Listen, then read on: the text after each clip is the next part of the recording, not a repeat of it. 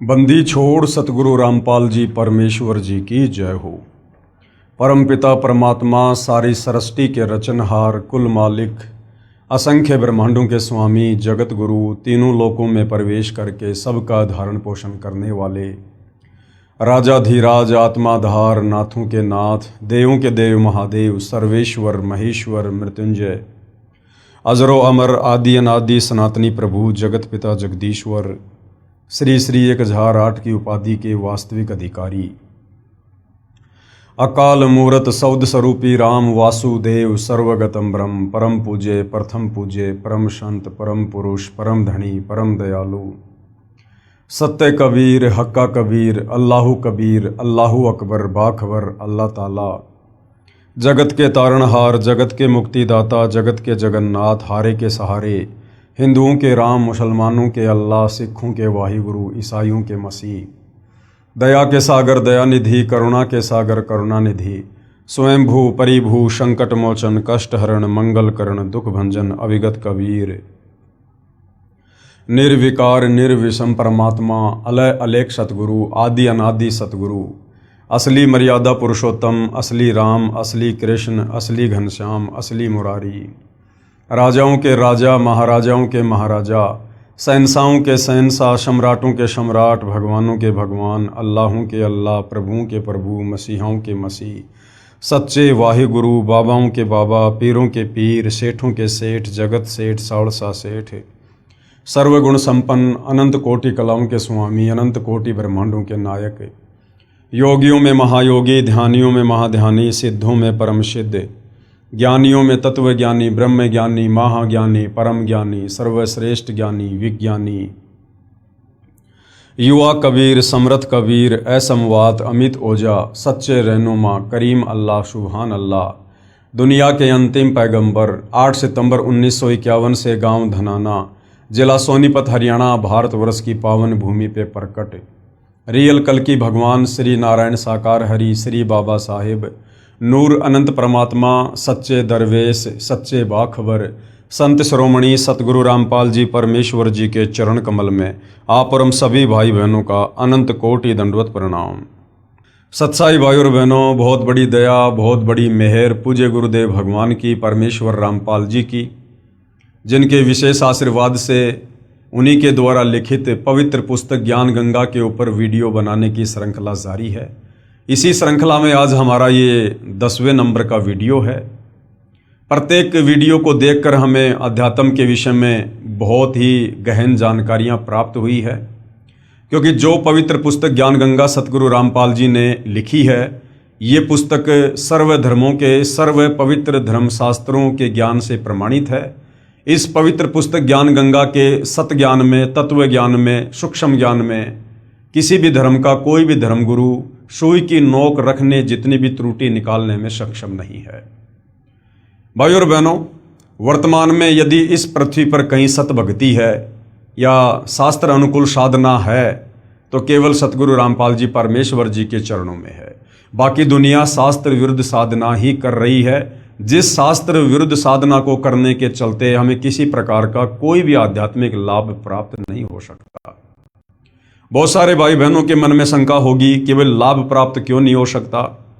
हम तो सदियों से ब्रह्मा विष्णु महेश की परंपरागत पूजा करते आ रहे हैं। हम तो मंदिर में जाते हैं, मस्जिद में जाते हैं, चर्च में जाते हैं, गुरुद्वारे में जाते हैं, कावड़ लेकर आते हैं, मज़ारों पर चद्दर चढ़ाते हैं और हमें तो हर प्रकार के लाभ हो रहे हैं।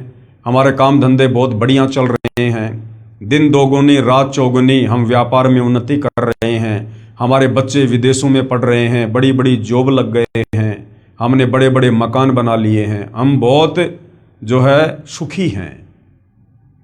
तो भाई और बहनों, यदि आप सतगुरु रामपाल जी परमेश्वर जी की वर्तमान में सही है तो आप शास्त्र वेदना कर रहे हैं।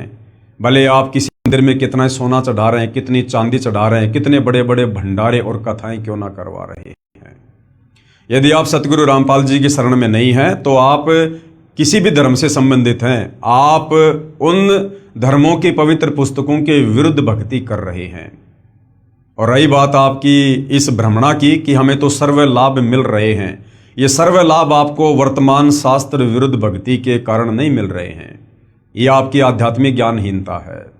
जब आप सतगुरु रामपाल जी के सत्संग सुनेंगे, सृष्टि रचना को सुनेंगे, तो आपको पता चलेगा कि शास्त्र विरुद्ध साधना करने के चलते भी व्यक्ति को जो लाभ होते हैं वो लाभ उसके पूर्व जन्मों की भक्ति के पुण्यों के प्रतिफल में होते हैं। यानी आपका मनुष्य जन्म कोई प्रथम बार नहीं हुआ है। जब से हम परमपिता परमेश्वर कबीर साहिब से बिछुड़कर, सतलोक से बिछुड़कर इस काल के साथ यहाँ 21 ब्रह्मांड में आए हैं, तब से न जाने हमारे कितने अनंत करोड़ जन्म हो चुके हैं, जिनमें करोड़ों अरबों मनुष्य जन्म भी शामिल हैं। और उन मनुष्य जन्मों में ये कबीर परमात्मा रह रहकर आप और हमें संभालते रहते हैं, हमें सत भक्ति दान देते रहते हैं, हमें परमात्मा भक्ति से चार्ज करते रहते हैं। परंतु हम अंतिम श्वास तक मर्यादा में रहकर विश्वास के साथ भक्ति नहीं कर पाते, जिस कारण मोक्ष से वंचित रह जाते हैं। लेकिन वो भक्ति करने के चलते हमारी आध्यात्मिक बैटरी चार्ज हो जाती है और फिर अगले जन्मों में भले हम शत भक्ति नहीं करते हैं, हम किसी तत्वदर्शी संत की शरण में नहीं होते हैं, फिर भी हमें उन पूर्व जन्मों की सत भक्ति के कारण हमें सर्व लाभ मिलते रहते हैं। और हम ये सोचते हैं कि ये सर्व लाभ मुझे वर्तमान में जो मैं भक्ति कर रहा हूँ उस भक्ति को करने के चलते मिल रहे हैं। तो भाई और बहनों, ऐसा बिल्कुल भी नहीं है। ये हमें परम संत के सत्संग सुनने से पता चलेगा, सृष्टि रचना को सुनने और समझने से पता चलेगा। तो भाई और बहनों, ये कलयुग है और हमारे जितने भी अच्छे कर्म थे, शुभ कर्म थे, जो पुण्य कर्म थे, वो हमने आज से पहले 3 युगों में, सतयुग, त्रेता, द्वापर में मनुष्य जन्म प्राप्त कर करके भोग लिए हैं। ज़्यादातर हमने खर्च कर दिए हैं।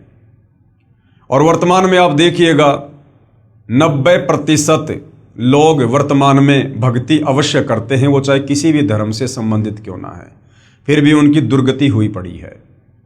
देश का राजा भी उसी मंदिर में जाता है और देश का भिखारी भी उसी मंदिर के आगे भीख मांगता है। फिर दोनों में इतना अंतर क्यों? भाई और बहनों, दोनों ही शास्त्र विरुद्ध साधना कर रहे हैं। उस राजा के अभी पूर्व जन्मों के पुण्य चल रहे हैं, भिखारी के पूर्व जन्म के पुण्य समाप्त हो चुके हैं। और जिस दिन उस राजा के पुण्य समाप्त होंगे, उसकी भी ऐसी दुर्गति होगी, फिर आने वाले मनुष्य जन्म में या वर्तमान जन्म में भी हो सकती है। तो भाई और बहनों, इस आध्यात्मिक ज्ञान को अच्छे से समझने के लिए आप लोगों ने सृष्टि रचना को समझना बहुत ज़रूरी है। और ये जो सृष्टि रचना सतगुरु रामपाल जी परमेश्वर जी ने हमें समझाई है, हमें बताई है, सत्संगों में सुनाई है और अपनी पवित्र पुस्तकों में लिखी है, ये शास्त्र प्रमाणित है। इसमें किसी भी प्रकार की मीन मेख कोई भी नहीं निकाल सकता है। हाँ ठीक है, अपनी अज्ञानता और नादानी के चलते भले हम स्वीकार ना करें, परंतु सत्य सत्य ही होता है। तो भाई और बहनों, यदि आप आगे सत भक्ति रूपी चार्जर लगाना चाहते हैं और आने वाले समय में, क्योंकि आने वाला समय युग परिवर्तन का है और जब जब युग परिवर्तन होता है तब तब महाविनाश होता है, अच्छे अच्छे लोगों की ज़बरदस्त दुर्गति होती है। हम मई 2026 में जी रहे हैं और 2028 युग परिवर्तन का निर्धारित समय है। आने वाले 1.5 वर्षों में क्या से क्या होगा, शायद आप और हमने इसकी कल्पना भी नहीं की होगी। तो यदि आप युग परिवर्तन के दौरान उत्पन्न होने वाली समस्याओं से बचना चाहते हैं, अपने परिवार को बचाना चाहते हैं, तो सतगुरु रामपाल जी की शरण ही एकमात्र विकल्प है। और उसके लिए आपने पहले उनके ज्ञान को अच्छे से समझना होगा, सृष्टि रचना को समझना होगा, उनसे उपदेश प्राप्त करके मर्यादा में रह के भक्ति शुरू करनी होगी, तब आपका बचाव संभव है। तो भाई और बहनों, सतगुरु रामपाल जी से जुड़ने के लिए सबसे पहले ज्ञान समझना अति आवश्यक है और इस दिशा में हम सृष्टि रचना को समझ रहे हैं। सृष्टि रचना पर आज हमारा ये 4थे नंबर का वीडियो है और प्रत्येक वीडियो में हमने सृष्टि रचना के विषय में बहुत कुछ जाना है, बहुत कुछ समझा है। तो सृष्टि रचना की शुरुआत जब हमने की थी तो उसमें पूज्य गुरुदेव भगवान ने बताया कि सर्वप्रथम एक अनामी लोक था, जिसको अनामे लोक भी कहते हैं, जिसको अकय लोक भी कहते हैं। और उस अनामी लोक में, उस अकय लोक में कबीर परमात्मा जी अकेले ही रहा करते थे और कहीं कोई रचना नहीं थी। उसके बाद कबीर परमात्मा, जिनको सत्य पुरुष भी कहते हैं, अकाल मूर्त भी कहते हैं, शब्द स्वरूपी राम भी कहते हैं, ये उनके उपमात्मक नाम हैं। उस कबीर परमेश्वर ने एक विचार किया और नीचे के 3 अविनाशी लोकों की रचना की, अपनी वचन शक्ति से, अपनी शब्द शक्ति से।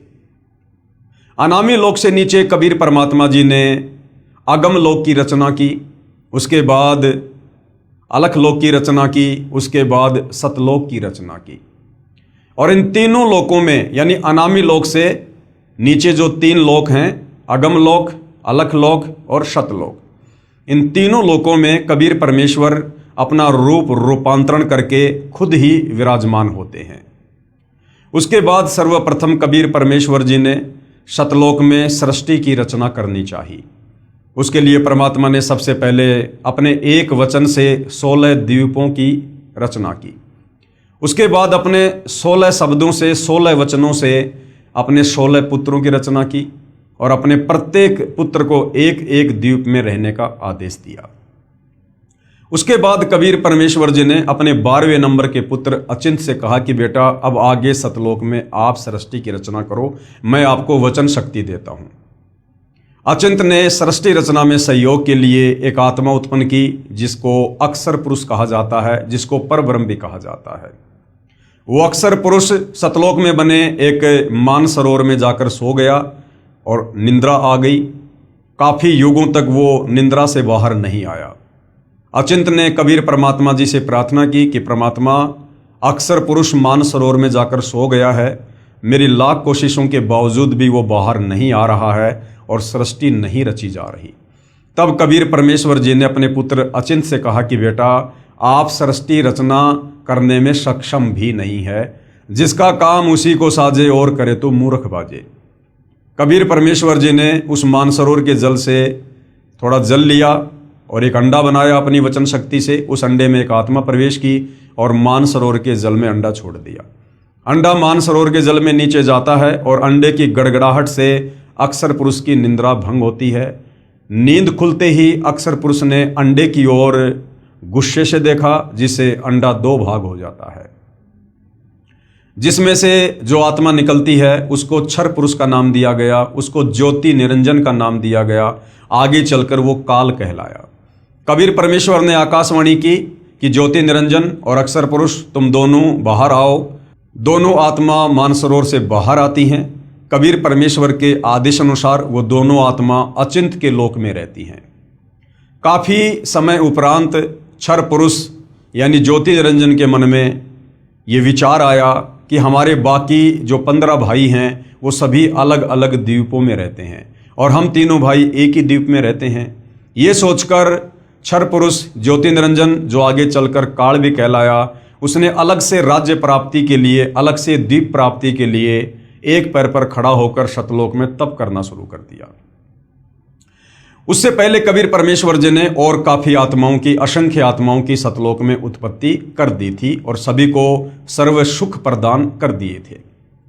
जब ये ज्योति निरंजन क्षर पुरुष सतलोक में एक पैर पर खड़ा होकर तप कर रहा था तो सतलोक में जो आत्माएं थी वो उसके ऊपर आसक्त हो गई और सोचने लगी कि देखो कितना जबरदस्त तप कर रहा है। कबीर परमेश्वर जी ने आत्माओं को समय समय पर सचेत किया कि बच्चों, इस नादान की नादानी को मत देखो, ये अपने कर्म फोड़ रहा है, तुम आराम से रहो, ठाट बाट से रहो, तुम्हें किसी चीज की कोई कमी नहीं है, इसकी तरफ ध्यान मत दो। हम सभी आत्माओं ने ऊपर से तो सावधानी दिखाई, लेकिन अंदर से हम उस ज्योति निरंजन को चाहने लगे और पतिव्रता पर्द से नीचे गिर गए, परमात्मा के दिल से हम उतर गए। जब काल ने सत्ययुग तप किया तो कबीर परमेश्वर जी ने पूछा कि भाई आप तप क्यों कर रहे हो, आपको क्या चाहिए? तो क्षर पुरुष ने कहा कि मैं जहां रह रहा हूं वो जगह मेरे लिए कम है, मुझे अलग से राज्य प्रदान कीजिए। कबीर परमेश्वर ने क्षर पुरुष को 21 ब्रह्मांड दे दिए जो सतलोक में ही थे। उसके बाद क्षर पुरुष ने फिर से सत्ययुग तप किया, ये सोचकर कि खाली प्लाट का क्या करूंगा, इनमें कुछ रचना भी करनी चाहिए और रचना सामग्री कबीर परमात्मा के ही पास है। तो रचना सामग्री प्राप्त करने के लिए सत्ययुग फिर तप किया। फिर कबीर परमेश्वर जी ने पूछा तो क्षर पुरुष ने कहा कि मुझे सृष्टि रचना के लिए सामग्री चाहिए। कबीर परमेश्वर ने उसे 3 गुण, रजगुण, सतगुण, तमगुण और 5 तत्व, पृथ्वी, अग्नि, जल, वायु, आकाश, ये जो उस समय सतलोक में कबीर परमेश्वर जी के 16 पुत्रों में से सबसे बड़े पुत्र कूरम के मुकुट में थे, सूक्ष्म रूप में थे, कबीर परमेश्वर जी ने काल को उपलब्ध करवा दिए। उसके बाद इस क्षर पुरुष ने सोचा कि अब मैंने बहुत सारी रचना भी कर ली है, लेकिन मेरे अकेले का दिल नहीं लग रहा, मुझे कुछ आत्मा चाहिए। ये सोचकर उसने 64 युग फिर तप किया। जब 64 युग तप कर लिया तो कबीर परमेश्वर जी ने पूछा कि भाई क्षर पुरुष, अब आपको क्या चाहिए? जो आपको चाहिए था मैंने आपको सब कुछ दे दिया। तो क्षर पुरुष ने कहा कि पिताजी, मुझे कुछ आत्मा दे दो, मेरा अकेले का मन नहीं लगता है। तो कबीर परमेश्वर जी ने कहा कि भाई देखो, आत्मा मैं आपको किसी भी कीमत पर नहीं दे सकता, ये मेरे अंश हैं, मेरे वचन से उत्पन्न हैं, मेरे बच्चे हैं, और आपको कुछ चाहिए तो आप ले सकते हो। लेकिन भाई और बहनों, हम अपने कबीर परमेश्वर जी से दिल हटाकर इस काल के ऊपर हम दिल लगा चुके थे, इसलिए हम पतिव्रता पद से नीचे गिर चुके थे।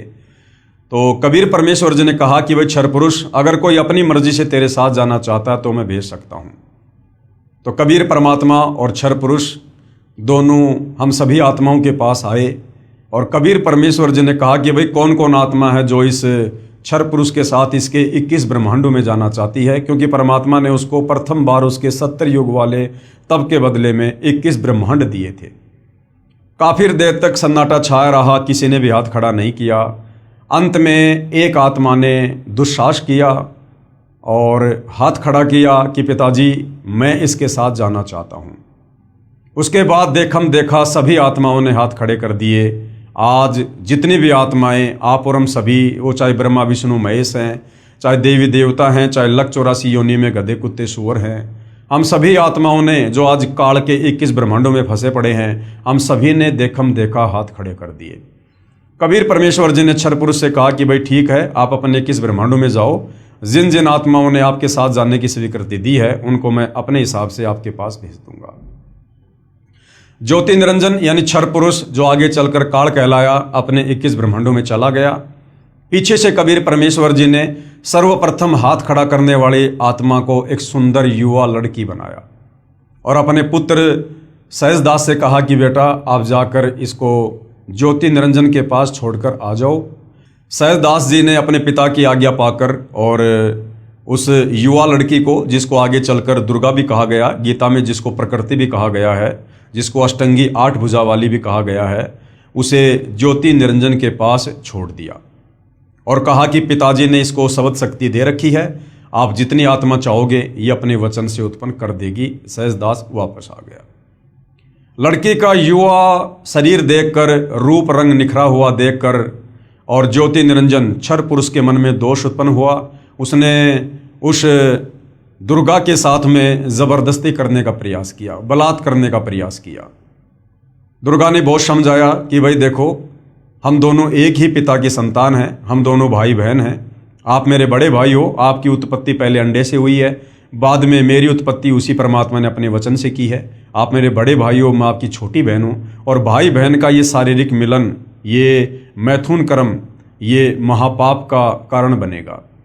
लेकिन विषय वासनाओं के वशीभूत होने के कारण क्षर पुरुष ने उसकी एक नहीं सुनी और जबरदस्ती करने का प्रयास किया। तो दुर्गा ने सूक्ष्म रूप बनाकर उसके मुख के माध्यम से उसके पेट में जाकर शरण ली, और पेट में जाकर दुर्गा ने अपने पिताजी कबीर भगवान से अर्ज की, प्रार्थना की कि हे पिता, मेरी रक्षा करो। कबीर परमेश्वर वहाँ अपने पुत्र जोगजित का रूप बनाकर जाते हैं और दुर्गा को उसके पेट से बाहर निकालते हैं, और उसके बाद क्षर पुरुष यानी ज्योति निरंजन को श्राप देते हैं कि आज के बाद तेरा नाम काल होगा और तू प्रतिदिन 1 लाख मानव शरीरधारी आत्माओं का भक्षण किया करेगा, आहार किया करेगा। और आज अभी इसी समय तुझे सतलोक से 16 शंख कोश की दूरी पर निष्कासित किया जाता है। ये कहते ही इस क्षर पुरुष के 21 ब्रह्मांड दुर्गा सहित और दुर्गा के अंदर जितनी भी आत्माएं प्रवेश थी, विमान की तरह चल पड़ा और सतलोक से 16 शंख कोश की दूरी पर आकर रुक गया। हालांकि बीच में थोड़ा सा प्रकरण आता है कि जब ये 21 ब्रह्मांड विमान की तरह सतलोक से बाहर जा रहे थे, तो बाहर सीमा पर सहजदास का लोक आता है। वहाँ पर ही क्षर पुरुष ने अपने भाई से अर्ज की कि मेरे विमान को यहाँ पर उतार लो, परमात्मा जी से आप प्रार्थना करो, मेरे से बहुत बड़ी गलती हो गई है। जब सहजदास जी ने कबीर परमेश्वर जी से आज्ञा लेनी चाहिए तो कबीर परमात्मा ने मना कर दिया कि अगर उसको रोका तो मेरे से फिर बुरा कोई नहीं होगा। यानी परमेश्वर ने कहा कि मैं मन कर्म वचन से कहता हूँ उसको यहाँ से बाहर निष्कासित कर दो। सैयदास ने कहा कि भैया मेरे बस की बात नहीं है, पिताजी ने मना कर दिया है। और सतलोक से 16 संकोच की दूरी पर इस काल के 21 ब्रह्मांड आकर स्थिर हो गए परमेश्वर की वचन शक्ति से, जिसको हम गुरुत्वाकर्षण शक्ति कहते हैं। उसके बाद भाइयों और बहनों, इस काल ने, क्षर पुरुष ने, ज्योति निरंजन ने दुर्गा के साथ में मनमानी करनी चाहिए और कहा कि अब मेरा कौन क्या बिगाड़ेगा, अब जो मन में आएगा वो मैं करूँगा, मुझे जो सज़ा मिलनी थी वो पिताजी ने दे दी है। दुर्गा ने फिर समझाया, बहुत कोशिश की, लेकिन ये नहीं माना। अंत में इसने दुर्गा के साथ में पति पत्नी व्यवहार किया और 3 पुत्रों की रचना की, ब्रह्मा की, विष्णु की और शंकर जी की। और अपने तीनों बेटों को एक एक गुण से युक्त कर दिया। रजगुण से ब्रह्मा जी को, सतगुण से विष्णु जी को, तमगुण से शंकर जी को। तीनों पुत्रों की उत्पत्ति करके ब्रह्मा जी को कमल के फूल के ऊपर बैठाकर अचेत कर दिया, विष्णु जी को शेषनाग की सैया के ऊपर लेटाकर अचेत कर दिया और शंकर जी को कैलाश पर्वत पर बैठाकर अचेत कर दिया। और दुर्गा से कहा कि दुर्गा, अब आज के बाद मैं प्रतिज्ञा करता हूँ कि मैं किसी को भी अपने वास्तविक काल रूप में दर्शन नहीं दूंगा, क्योंकि मुझे परमात्मा जी ने श्राप दिया है। मुझे प्रतिदिन 1 लाख मानव शरीरधारी आत्माओं को खाना पड़ेगा। अगर मेरे इस दुष्कर्म का संसार में आत्माओं को पता चल गया तो फिर कोई भी मेरी पूजा नहीं करेगा और सब लोग यहाँ से बाहर निकलने का प्रयास करेंगे जब कभी कबीर परमात्मा इस लोक में ज्ञान समझाने आएंगे। तो काल ने एक अटल प्रतिज्ञा कर ली कि आज के बाद मैं अपने वास्तविक रूप में किसी को दर्शन नहीं दूंगा। और दुर्गा, अब आप इन तीनों बेटों के माध्यम से मेरे भोजन की व्यवस्था करो, सृष्टि की उत्पत्ति करो। दुर्गा ने काल का आदेश प्राप्त करके और अपने तीनों पुत्रों को सचेत कर दिया, आपस में उनको इकट्ठा कर दिया। उसके बाद में काल के आदेश से दुर्गा ने समुद्र मंथन के दौरान ब्रह्मा जी को 4 वेद दिए। जब ब्रह्मा जी ने वेदों को पढ़ा तो वेदों से पता चला कि कोई ब्रह्म है जो साकार है, सशरीर है, तेजोमय शरीर है और साधना करने से वो मिलता है। उससे पहले दुर्गा कहा करती थी कि पुत्रों, मैं तुम्हारी माँ हूँ, मैं तुम्हारा पिता हूँ। लेकिन जब ब्रह्मा जी ने वेद पढ़े और वेदों में पढ़ा कि कोई परमात्मा अलग है, तो ब्रह्मा जी ने कहा कि माँ, वेदों में तो लिखा है कि ब्रह्म कोई और है, आप कह रही हो कि ब्रह्म मैं ही हूँ, मैं तुम्हारी माँ हूँ, मैं तुम्हारा पिता हूँ। तो दुर्गा ने सच बताना पड़ा और दुर्गा ने कहा कि बेटा, तुम्हारा पिता है लेकिन वो तुम्हें दर्शन नहीं देगा। ये बात सुनकर ब्रह्मा जी को अपनी माता की बातों पर अविश्वास हो गया और ब्रह्मा ने सोचा कि मैं अपने पिता के दर्शन करूंगा। ये सोचकर ब्रह्मा जी उत्तर दिशा की ओर चल दिए, जहां पर अंधेरा ही अंधेरा था। जाने से पहले दुर्गा ने कहा कि बेटा, अगर तुझे तेरे पिता ब्रह्म ने दर्शन नहीं दिए तो तू क्या करेगा? ब्रह्मा ने कहा कि मैं आपको अपनी शक्ल नहीं दिखाऊंगा। 4 युग तक ब्रह्मा जी ने ध्यान लगाया, परंतु काल यानी ब्रह्म ने उसको दर्शन नहीं दिए। उधर से काल ब्रह्म ने आकाशवाणी की कि दुर्गा, सृष्टि क्यों नहीं रची जा रही है? तो दुर्गा ने कहा कि आपका बड़ा बेटा ब्रह्मा आपकी खोज करने के लिए गया हुआ है। तो ब्रह्म ने कहा, यानी काल ने कहा कि उस ब्रह्मा को वापस बुलाओ, मैं दर्शन नहीं दूंगा। दुर्गा ने अपनी शब्द शक्ति से गायत्री नाम की एक लड़की उत्पन्न की और कहा कि अपने भाई ब्रह्मा को लेकर आओ किसी भी प्रकार से। गायत्री चली जाती है। ब्रह्मा जी समाधि में थे। गायत्री ने ध्यान से दुर्गा से जब बातचीत की, संवाद किया, तो दुर्गा ने कहा कि आप उसके पैर को हाथ लगाओ, उसके चरणों को स्पर्श करो। गायत्री ने ऐसा ही किया और ब्रह्मा जी का ध्यान भंग हुआ।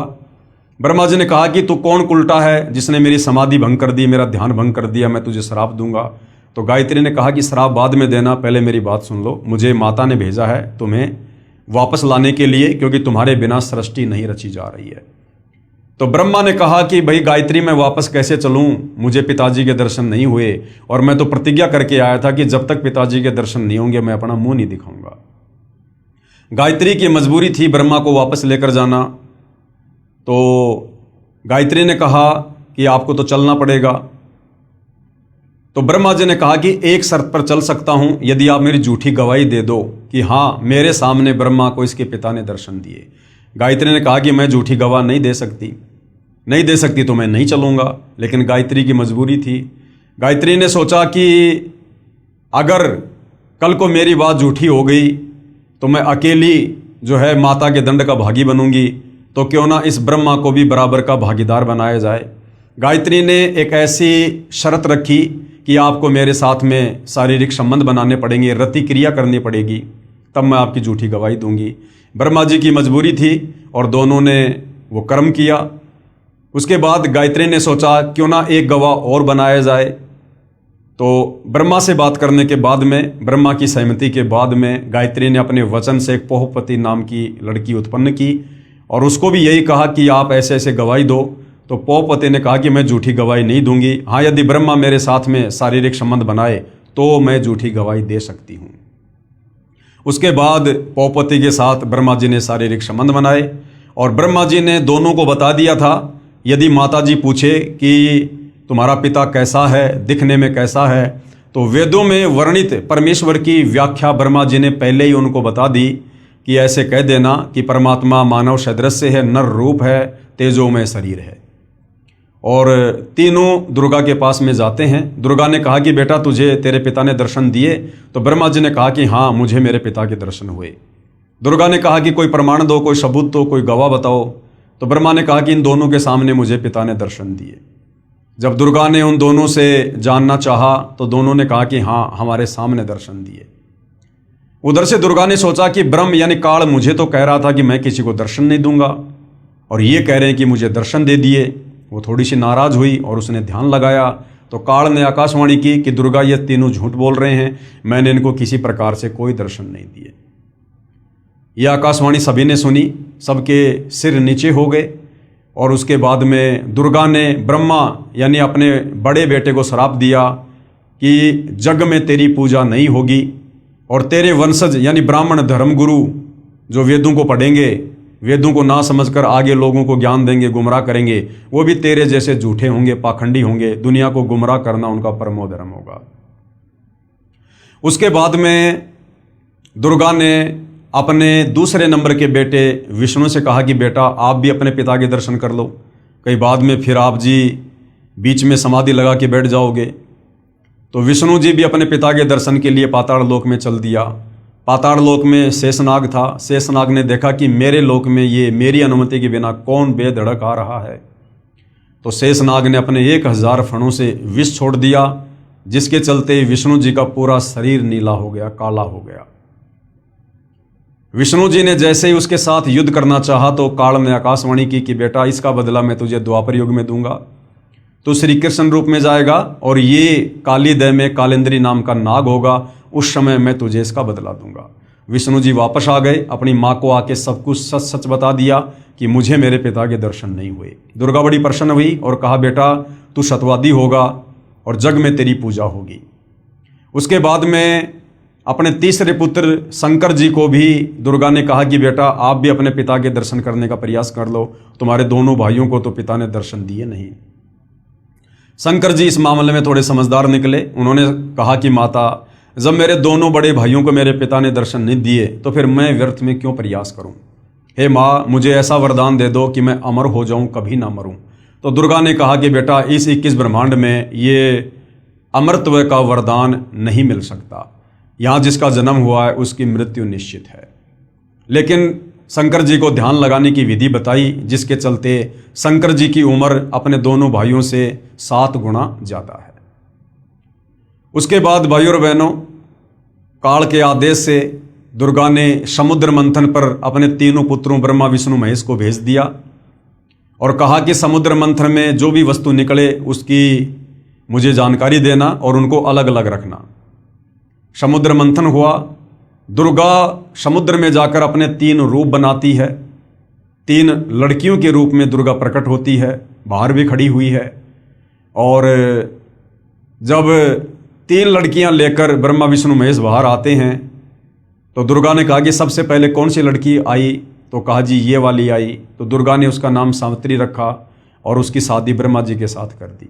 दूसरी का नाम लक्ष्मी रखा और विष्णु जी को दे दी।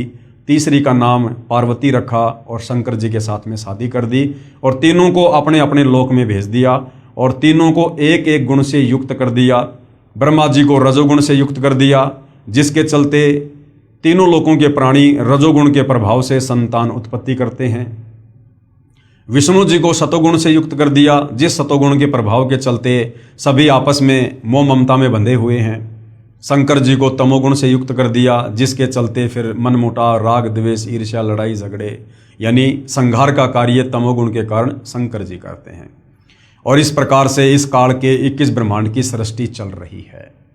कुल मिला के भाइयों और बहनों बात यह है कि इस काल को प्रतिदिन 1 लाख मानव शरीरधारी स्त्री या पुरुषों के सूक्ष्म शरीर से निकली वासना को खाने का श्राप लगा हुआ है, जिसके चलते ये गुप्त ऊपर 21वें ब्रह्मांड में रहता है, जहाँ पर इसने तपतशिला बना रखी है, जीवों को भून भून के खाता है और अपने तीनों पुत्रों की ब्रह्मा विष्णु महेश की जो है ड्यूटी लगा रखी है अपने भोजन के लिए, आप और हम मानव शरीरधारी प्राणियों की उत्पत्ति करने की। तो भाइयों और बहनों, और यहाँ कुछ भी लेना देना नहीं है। काल ने केवल अपने भोजन के लिए सारी व्यवस्था कर रखी है और हम सभी प्राणी समय समय पर अपने कर्मों का दंड भोगने के लिए कभी लक 84 योनि में गधे कुत्ते सुअर बनते हैं, कभी नरक में जाते हैं, कभी स्वर्ग में जाते हैं। और इसी प्रकार से जन्म मृत्यु का सिलसिला, लक 84 योनियों का सिलसिला, ये लगातार अनंत युगों से चलता आ रहा है। इस काल की चक्की से बाहर निकालने के लिए, इन कष्टों से बाहर निकालने के लिए वो कबीर परमात्मा, सारी सृष्टि का मालिक, सतलोक से चलकर स्वयं ही यहाँ पर समय समय पर आता है। उसके बाद भाइयों और बहनों, इस काल को 21 ब्रह्मांड सहित बाहर निकालने के बाद सतलोक में जो एक और आत्मा थी, परब्रह्म, जिसको अक्षर पुरुष भी कहते हैं, उस अक्षर पुरुष के मन में आया कि क्षर पुरुष ज्योति निरंजन जो 21 ब्रह्मांड सहित सतलोक से चला गया है, वो बहुत सुख भोग रहा होगा। अक्षर पुरुष उसकी याद में रहने लगा, भक्ति भी करने लगा, लेकिन व्याकुल रहने लगा, चिंतित रहने लगा उस काल की याद में। और भी बहुत सारी आत्माएं जो सतलोक में थी, वो आत्माएं भी ये सोचकर कि काल ब्रह्म के साथ जितनी भी आत्मा उसके 21 ब्रह्मांड में गई हैं, वो तो बड़े सुख भोग रही होंगी। ये सोचकर उनके मन में भी दोष आ गया कि काश हम भी चले जाते तो हम भी ना जाने क्या क्या सुख भोगते, जबकि यहाँ हम लोग गधे कुत्ते सुअर बनकर टट्टी खा रहे हैं, लैट्रिन खा रहे हैं, नरक का कष्ट भोग रहे हैं, जन्म मृत्यु के चक्कर में हैं, अकाल मृत्यु मर रहे हैं, गरीबी में, भिखारीपन में, दारिद्र्य में जी रहे हैं। तो बाकी जितने भी आत्माओं के मन में दोष आया और अक्षर पुरुष के मन में दोष आया, उसके चलते वो भी पतिव्रता पद से नीचे गिर गए। कबीर परमेश्वर ने उनको भी सतलोक से बाहर करना जरूरी था। और फिर ठीक उसी प्रकार से कबीर परमेश्वर जी ने अक्षर पुरुष को यानी परब्रह्म को भी 7 शंख ब्रह्मांड दे दिए।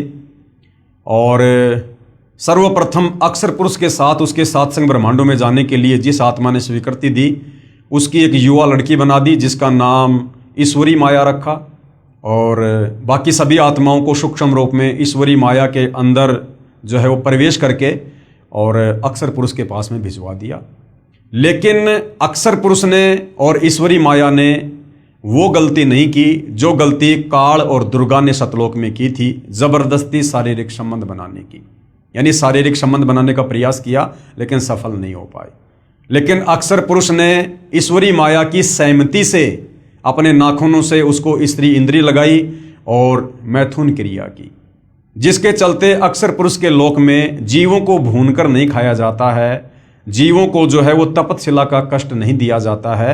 बाकी सारे के सारे कष्ट जो 21 ब्रह्मांड में हैं, काल के लोक में हैं, जैसे जन्म और मृत्यु, लक 84 योनियों का कष्ट, नरक का कष्ट, ये जो का त्यों अक्षर पुरुष के लोक में भी आत्माओं को दिया जाता है। तो भाइयों और बहनों, इस प्रकार से कबीर परमेश्वर जी ने 7 शंख ब्रह्मांड अक्षर पुरुष को और 21 ब्रह्मांड इस काल को देकर सतलोक से निष्कासित किया।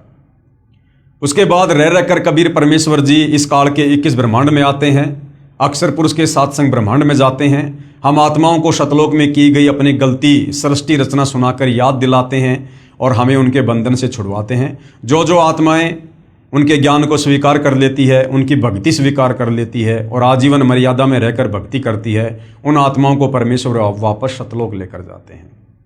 तो भाइयों और बहनों, यहाँ जो सृष्टि रचना चल रही है, जो सतगुरु रामपाल जी ने अपने सत्संगों में सुनाई है और अपनी पवित्र पुस्तकों में लिखी है, इसका समर्थन सर्व धर्मों के सर्व पवित्र धर्मशास्त्र भी कर रहे हैं। और हमने इस पवित्र पुस्तक ज्ञान गंगा में देखा कि मुसलमान धर्म की कुरान शरीफ, तौरेत, जबूर, ईसाइयों की बाइबल, हिंदुओं के 4 वेद और गीता जी, साथ में बहुत सारे महापुरुषों की जो लेखनी से जो ग्रंथ लिखे गए हैं, जिस प्रकार से धर्मदास जी के द्वारा लिखा गया कबीर सागर और दादू जी का दादू ग्रंथ और भी बहुत सारे महापुरुषों के ग्रंथों ने इसी सृष्टि रचना का समर्थन किया है।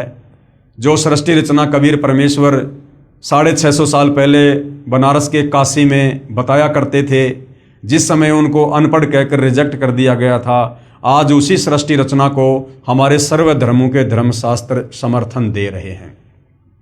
तो आज भाइयों और बहनों, सृष्टि रचना का ये लास्ट वीडियो है और आदरणीय गरीबदास जी जो गांव छुड़ानी जिला झज्जर हरियाणा में हुए, जिनको कबीर परमेश्वर जी 10 साल की उम्र में सतलोक से चलकर धरती पर प्रकट होकर जिंदा बाबा के रूप में मिले, उनको अपना ज्ञान समझाया, उनकी आत्मा को शरीर से निकालकर सतलोक ले गए, सतलोक दिखाया, पूरी सृष्टि रचना से वाकिफ कराया और सर्व ब्रह्मांड दिखाए, ब्रह्मा विष्णु महेश के लोग दिखाए, दुर्गा का लोग दिखाया, काल का लोग दिखाया, तपतशिला दिखाई, नरक स्वर्ग सब कुछ दिखाया, उनका ज्ञान योग खोला। और आदरणीय गरीबदास जी ने फिर 5वें वेद सूक्ष्म वेद की रचना की। तो आज कबीर परमेश्वर जी ने जो सृष्टि रचना हमें बताई है, समझाई है, जो समय समय पर चारों युगों में बताते रहते हैं, आदरणीय गरीबदास जी जो लगभग 300 साल पहले गांव छुड़ानी जिला झज्जर हरियाणा में हुए थे, उनके द्वारा लिखित ग्रंथ सदग्रंथ साहिब में, जिसमें 24,000 वाणियाँ हैं, विश्व की सभी भाषाओं के शब्दों का समावेश है, जिसको सदग्रंथ साहिब भी कहते हैं, 5वां वेद सूक्ष्म वेद भी कहते हैं, उसमें सृष्टि रचना का ज्यों का त्यों प्रमाण है। अब हम पढ़ेंगे, देखेंगे, ताकि हमें पूर्ण विश्वास हो जाए कि सतगुरु रामपाल जी ने हमें जो सृष्टि रचना बताई है वो ज्यों की त्यों है और हमने उस पर विश्वास करना चाहिए और उनसे उपदेश लेकर अपनी आत्मा का कल्याण करवाना चाहिए। आदरणीय गरीबदास साहिब जी की अमृतवाणी में सृष्टि रचना का प्रमाण। आदि रमेणी सदग्रंथ पेज नंबर 690 से 692 तक। आदि रमेणी अदली सारा जा दिन होते धुंधुकारा, यानी जब कबीर परमात्मा केवल अनामी लोक में अकेले थे, उस समय और बाकी कहीं कुछ भी नहीं था। ना ये सातसंग ब्रह्मांड थे अक्षर पुरुष के, ना काल के 21 ब्रह्मांड थे, ना नीचे का कोई अगम लोक था, ना कोई अलख लोक था, ना कोई सतलोक था। सत्य पुरुष कीन्या प्रकाशा हम होते तकत कबीर खवाशा। उसके बाद सत्य पुरुष कबीर साहिब ने ही पूरी सारी जो है वो रचना की और आदरणीय गरीबदास जी कहते हैं कि उस समय हम कबीर परमात्मा जी के दरबार में नौकर थे। यानी भाइयों और बहनों, जब हम भक्ति मार्ग में आगे बढ़ेंगे तो हमें पता चलेगा कि आदरणीय गरीबदास जी की भूमिका, एक भगत की भूमिका भी कबीर परमात्मा ने इस अध्यात्म को समझाने के लिए और 5वें वेद सूक्ष्म वेद सदग्रंथ साहिब की रचना करवाने के लिए खुद ही भूमिका की थी। मन मोहिनी सिरजी माया सत्य पुरुष एक ख्याल बनाया। मन मोहिनी सिरजी माया, यानी सतलोक में कबीर परमेश्वर जी ने जब ये काल तप कर रहा था, 21 ब्रह्मांड दे दिए थे, तो सबसे पहले 21 ब्रह्मांड में जाने के लिए जिस आत्मा ने हाथ खड़ा किया था, कबीर परमात्मा ने एक सुंदर युवा मनमोहिनी लड़की का रूप उसको दिया, जिसको माया भी कहते हैं, दुर्गा भी कहते हैं, और वो काल के पास में परमात्मा ने भेजी थी। तो कहते हैं मन मोहिनी सिरजी माया और सत्य पुरुष एक ख्याल बनाया। धर्मराय सिरजे दरबानी 64 जुग तब सेवा ठानी।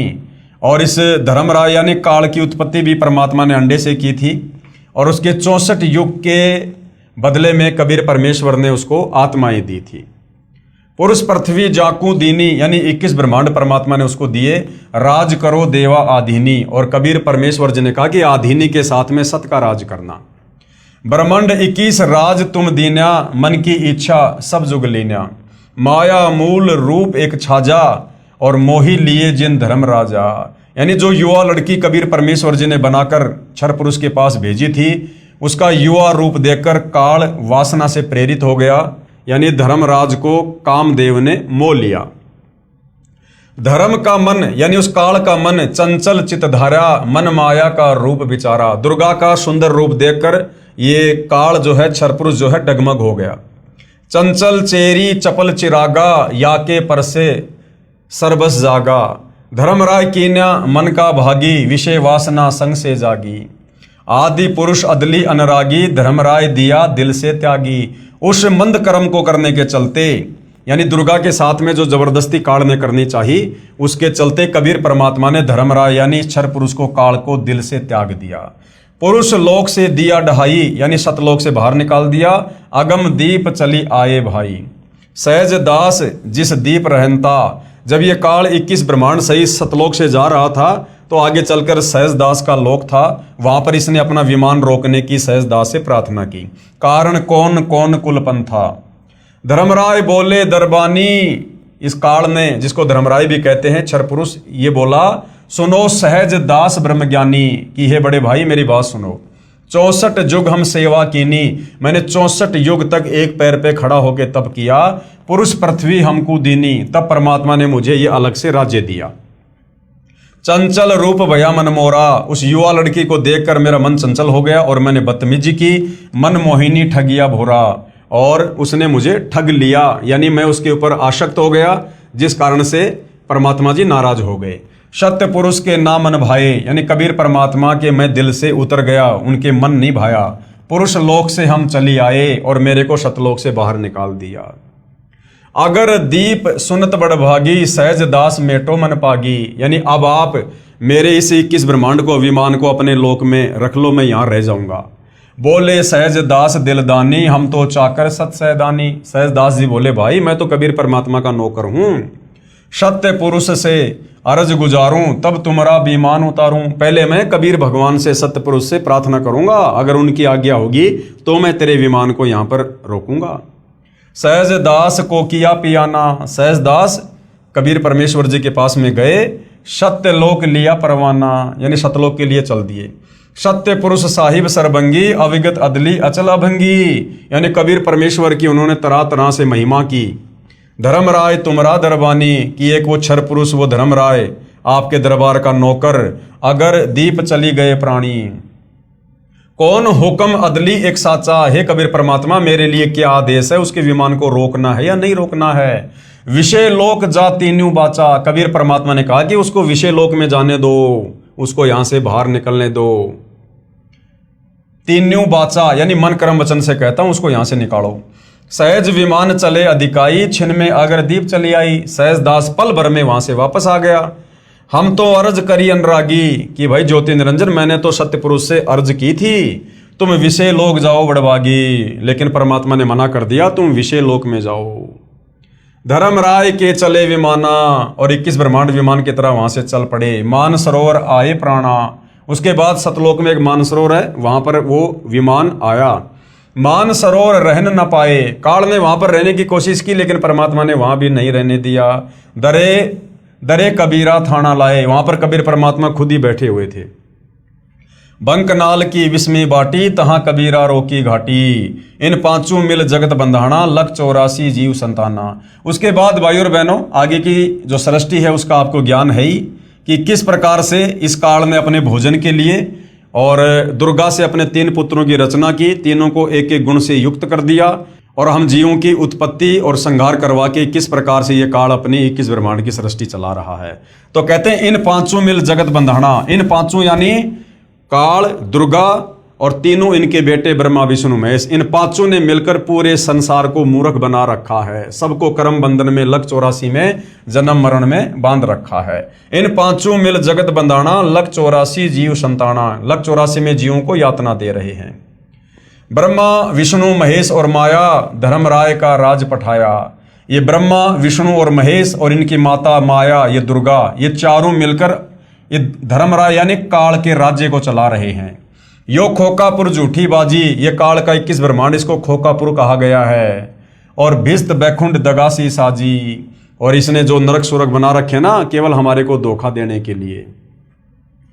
कृत्रिम जीव बुलाने भाई, निज घर की तो खबर न पाई, और हमारे को एक कृत्रिम जीव बना दिया। आत्माओं के ऊपर ये चोला लगा के हमारे को जन्मने और मरने वाले जीवों की संज्ञा में ला के खड़ा कर दिया। और निज घर की तो खबर न पाई, और हमारा जो वास्तव में जो घर है सतलोक, उसकी अब किसी को खबर नहीं लगने देता कि तुम कहाँ से आए थे, क्यों आए थे, क्या तुमने गलती करी थी जिस कारण से तुम यहाँ पर फंसे पड़े हो, इसकी खबर नहीं लगने दे रहा। 1.25 लाख उपजे नित हंसा, 1.25 लाख जीवों की उत्पत्ति दुर्गा काल के लिए रोजाना करती है।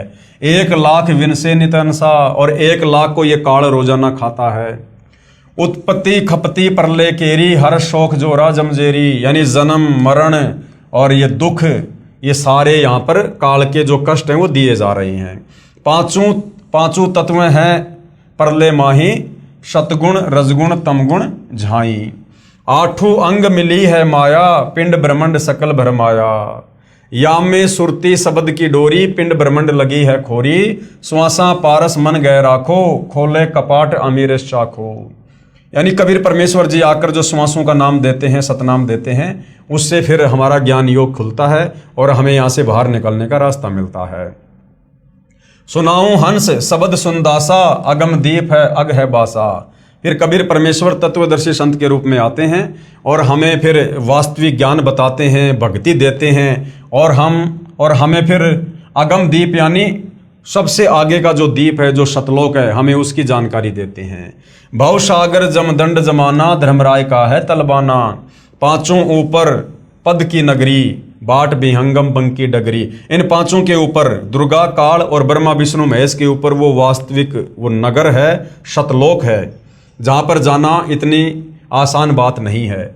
हमरा धर्मराय से दावा, भवसागर में जीव भरमावा। कबीर परमेश्वर का जो है इस धर्मराज यानी काल के साथ में एग्रीमेंट है। हम तो कहें अगम की वाणी, जहाँ अविगत अदली आप बिनानी। बंदी छोड़ हमारा नामम, अजर अमर है अस्त्र ठामर। जुगन जुगन हम कहते आए, जम जोरा से हंस छुड़ाए। यानी युगों युगों से हम यहाँ पर आ रहे हैं, सृष्टि रचना बता रहे हैं, ज्ञान समझा रहे हैं। जम यानी काल, जोरा यानी मौत, इससे हम जीवों को छुटाने का प्रयास करते हैं। जो कोई माने शब्द हमारा, जो हमारे ज्ञान को स्वीकार कर लेता है, भवसागर नहीं भर में धारा, वो दोबारा काल के किस ब्रह्मांड में नहीं आता, उसका मोक्ष हो जाता है। या में सुरती शब्द का लेखा, तन अंदर मन कहो किन देखा। दास गरीब अगम की वाणी, खोजा हंसा शब्द सैदानी। उपरोक्त अमृतवाणी का भावार्थ है कि आदरणीय गरीबदास साहिब जी ने भी यही कहा है कि यहाँ पहले केवल अंधकार था तथा पूर्ण परमात्मा कबीर साहिब जी सतलोक में तख्त सिंहासन पर विराजमान थे। हम वहाँ चाकर थे यानी नौकर थे। परमात्मा ने ज्योति निरंजन को उत्पन्न किया, फिर उसके तप के प्रतिफल में 21 ब्रह्मांड प्रदान किए। फिर माया यानी प्रकृति, जिसको दुर्गा भी कहते हैं, उसकी उत्पत्ति की। युवा दुर्गा के रूप पर मोहित होकर ज्योति निरंजन यानी ब्रह्म ने दुर्गा यानी प्रकृति से बलात्कार करने की चेष्टा की। ब्रह्म यानी काल को उसकी सजा मिली, उसे सतलोक से निकाल दिया तथा श्राप लगा कि 1 लाख मानव शरीरधारी प्राणियों का प्रतिदिन आहार करेगा, 1.25 लाख उत्पन्न करेगा। यहाँ सभी प्राणी जन्म मृत्यु का कष्ट उठा रहे हैं। यदि कोई पूर्ण परमात्मा का वास्तविक शब्द, सच्चा नाम जाप मंत्र हमारे से प्राप्त करेगा, उसको काल की बंद से छुड़वा देंगे। हमारा बंदी छोड़ नाम है, यानी जो काल के कर्म बंधनों से छुड़वा दे, सतलोक में भेज दे, उसको कहते हैं बंदी छोड़। आदरणीय गरीबदास जी अपने गुरु व प्रभु कबीर परमात्मा के आधार पर कह रहे हैं कि सच्चे मंत्र अर्थात सतनाम व सार शब्द की प्राप्ति कर लो, पूर्ण मोक्ष हो जाएगा। नहीं तो नकली नामदाता संतों व महंतों की मीठी मीठी बातों में फंसकर शास्त्र विधि रहित साधना करके काल जाल में रह जाओगे, फिर कष्ट पर कष्ट उठाओगे। कहने का मतलब भाई और बहनों, हमें सृष्टि रचना पर विश्वास हो, इसके लिए महापुरुषों की जो है ये बातें बताई जा रही हैं। तो आदरणीय गरीबदास जी के सदग्रंथ साहिब में भी सृष्टि रचना का ज्यों का त्यों प्रमाण है। संत गरीबदास जी कृत अमर ग्रंथ के अध्याय हंस परमहंस की कथा की वाणी नंबर 37 और 43 में क्या कहा गया है सृष्टि रचना को लेकर। माया आदि निरंजन भाई और अपने जाए आपे खाई। ये दुर्गा, ये माया, ये खुद ही पैदा करती है और खुद ही ये काल के पास में भोजन के लिए भेज देती है। यानी कहने का मतलब है भाई और बहनों, ये खुद ही पैदा करते हैं। ये काल और दुर्गा, ब्रह्मा विष्णु महेश को भी पैदा किया, फिर उसके बाद आप और हम सभी जीवों को पैदा किया। यानी हम सब यहाँ 21 ब्रह्मांड में काल और दुर्गा की संतान हैं, इसी से उत्पन्न हैं। और ये फिर सबको तपस्या पे भून भून के खाते हैं सबको। एक सत्संग में गुरुदेव ने बताया कि ये दुर्गा भी, ये दुर्गा और काल ये दोनों जीवों को खाते हैं, दोनों के दोनों। क्योंकि मालिक ने बताया जब घर में भोजन बनता है तो पत्नी भी खाती है। तो ये काल की 21 ब्रह्मांड की जो सृष्टि है, उसके जो घटिया नियम हैं, जो कर्म हैं, उसके बारे में बताया जा रहा है, ताकि हमारी आस्था यहाँ से हटे कि ये माया यानी दुर्गा और ये निरंजन यानी काल, ये दोनों हमें उत्पन्न करते हैं जीवों को और दोनों ही खाते हैं। ब्रह्मा विष्णु महेश चेला, ओम सोहम का है खेला। शिखर शून्य में धर्म अन्यायी, जिन शक्ति डायन महल पठाई। शिखर शून्य में यानी 21वें ब्रह्मांड के टॉप मोस्ट पैलेस पर, उस ब्रह्मलोक में शिखर शून्य में सबसे ऊपर 21 ब्रह्मांड में ये धर्म यानी ये काल अन्यायी रहता है, जिन शक्ति डायन महल पठाई, और जिसने दुर्गा को यहाँ पर जीवों की उत्पत्ति और जो है प्रलय के लिए यहाँ पर एक जिम्मेदारी दे रखी, एक नौकरी दे रखी है। लाख गरास से नित उठ दूती, और ये दुर्गा क्या करती है, ये प्रतिदिन 1 लाख को मारती है अपने पति के भोजन के लिए। माया आदि तकत की कुत्ती, 1.25 लाख गढ़िए नित भांडे, और 1.25 लाख की रोजाना उत्पत्ति करती है।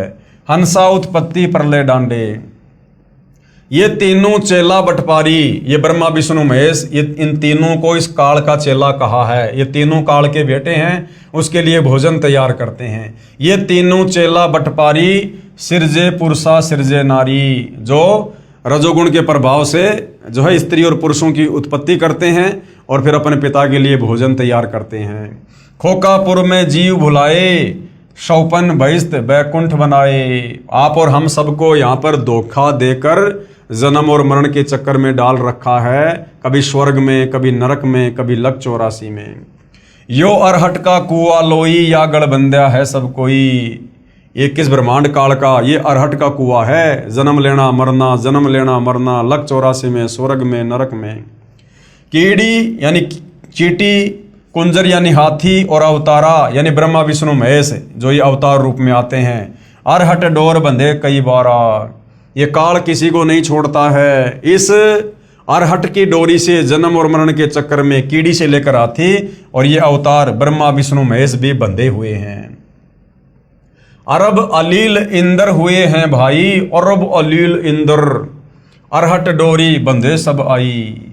शेष महेश अरु गणेश ताई, अरहट डोरी बंद सब आई। शेष यानी शेषनाग, महेश यानी ये शंकर जी, और ये गणेश आदि जितने भी देवी देवता हैं, ये सब इस काल की जन्म मृत्यु रूपी अरहट की डोरी से बंधे हुए हैं। सबका जन्म और मरण है।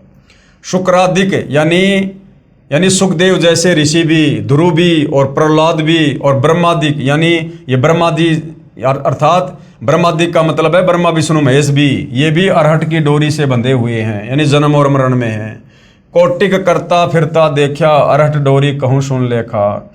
चतुर्भुजी भगवान कहाँ, ब्रह्मा विष्णु महेश की 4 भुजाएं हैं, तो कहते हैं चतुर्भुजी भगवान कहाँ हैं, अरहट डोर बंधे सभा में। ये सब जन्म और मरण की डोरी से बंधे हुए हैं। यो है खोकापुर का कुआ, ये जो पृथ्वी लोक है, ये इस 21 ब्रह्मांड में कुआ है, कुआ, और या में पड़या सो निश्चय मुआ। 21 ब्रह्मांड भी सतलोक की तुलना में कुआ है, और जो यहाँ पर आ गया वो अवश्य जन्म और मरण में रहेगा। आगे क्या बताया गुरुदेव भगवान ने, ज्योति निरंजन यानी काल बलि के वश होकर ये तीनों देवता रजगुण ब्रह्मा, सतगुण विष्णु, तमगुण शिव अपनी महिमा दिखाकर जीवों को स्वर्ग नरक तथा भवसागर में लक 84 योनियों में भटकाते रहते हैं। ज्योति निरंजन यानी काल अपनी माया से नागिनी की तरह जीवों को पैदा करते हैं और फिर मार देते हैं। जिस प्रकार नागिनी अपनी दुम से अंडों के चारों ओर कुंडली बनाती है, फिर उन अंडों पर अपना फन मारती है, जिससे अंडा फूट जाता है, उसमें से बच्चा निकल जाता है, उसको नागिनी खा जाती है। फन मारते समय कई अंडे फूट जाते हैं, क्योंकि नागिनी, ये भाई और बहनों, वो अरहट के कुएं का एक चित्र समझा रखा है। जिस प्रकार पहले इस प्रकार से कुएं से पानी निकाला करते थे, पहले ट्यूबवेल वगैरह मोटर वगैरह नहीं होती थी, इसी प्रकार से कुएं से जो है वो पानी निकाला जाता था। तो एक ये चैन है, ये चैन है, और इस चैन के साथ में बाल्टियां वेल्ड कर दी जाती थी और बैलों से इसको घुमाया जाता था। तो बाल्टी क्या होती थी, नीचे तो पानी से भर जाती थी और ऊपर आकर यहाँ पर ये खाली हो जाया करती थी। तो कहते हैं कि इस काल का 21 ब्रह्मांड इस अरहट की तरह से है। हम इस पृथ्वी लोक पर आते हैं, यहाँ पर मनुष्य जन्म प्राप्त करते हैं, जैसा भी धर्म कर्म करते हैं, भक्ति करते हैं, थोड़े बहुत हम पुण्य प्राप्त करते हैं, पाप प्राप्त करते हैं, यहाँ से अपने पाप और पुण्य का थैला भर के और ऊपर जाते हैं स्वर्ग में, महास्वर्ग में, वहाँ पर अपनी भक्ति को खर्च करके फिर वापस मनुष्य जन्म प्राप्त करके इस पृथ्वी लोक पर आ जाते हैं। कभी हम यहाँ पर लक 84 योनियों में चींटी बनते हैं, कभी हाथी बनते हैं, और कभी ब्रह्मा विष्णु महेश बनते हैं, कभी स्त्री और पुरुष बनते हैं। तो ये जन्म मरण का चक्कर, पाप पुण्य का खेल इसी प्रकार से काल के 21 ब्रह्मांड में चलता रहता है। आगे क्या बताया है? उस नागिनी के बहुत सारे अंडे होते हैं, जो अंडे फूटते हैं उनमें से बच्चे निकलते हैं। यदि कोई बच्चा कुंडली यानी सर्प की दुम का घेरा से बाहर निकल जाता है तो वह बच्चा बच जाता है, नहीं तो कुंडली में वह नागिनी छोड़ती नहीं है। जितने बच्चे उस कुंडली के अंदर होते हैं उन सबको खा जाती है। जो साधक यानी जो भगत ब्रह्म यानी काल ब्रह्म यानी ज्योति निरंजन और देवी दुर्गा तथा ब्रह्मा विष्णु शिव तथा अन्य देवताओं तक की भक्ति करते हैं, वे काल ब्रह्म रूपी नागिनी के घेरे यानी जन्म मरण के चक्कर में काल रोक में रह जाते हैं, जिनको काल ज्योति निरंजन खाता है। यानी काल की भक्ति यानी गीता जी में जो ब्रह्म भक्ति बताई है, जिसका ओम मंत्र है, चाहे तो ये ब्रह्म की भक्ति कर लो, चाहे दुर्गा की कर लो, चाहे ब्रह्मा विष्णु महेश की भक्ति कर लो, चाहे नीचे के देवी देवताओं की भक्ति कर लो, ये 21 ब्रह्मांड की भक्ति है। इस भक्ति से हम बाहर नहीं निकल सकते, जन्म मरण के चक्कर में रहेंगे और काल हर बार हमें तपशिला पर भून भून के इसी प्रकार से खाएगा।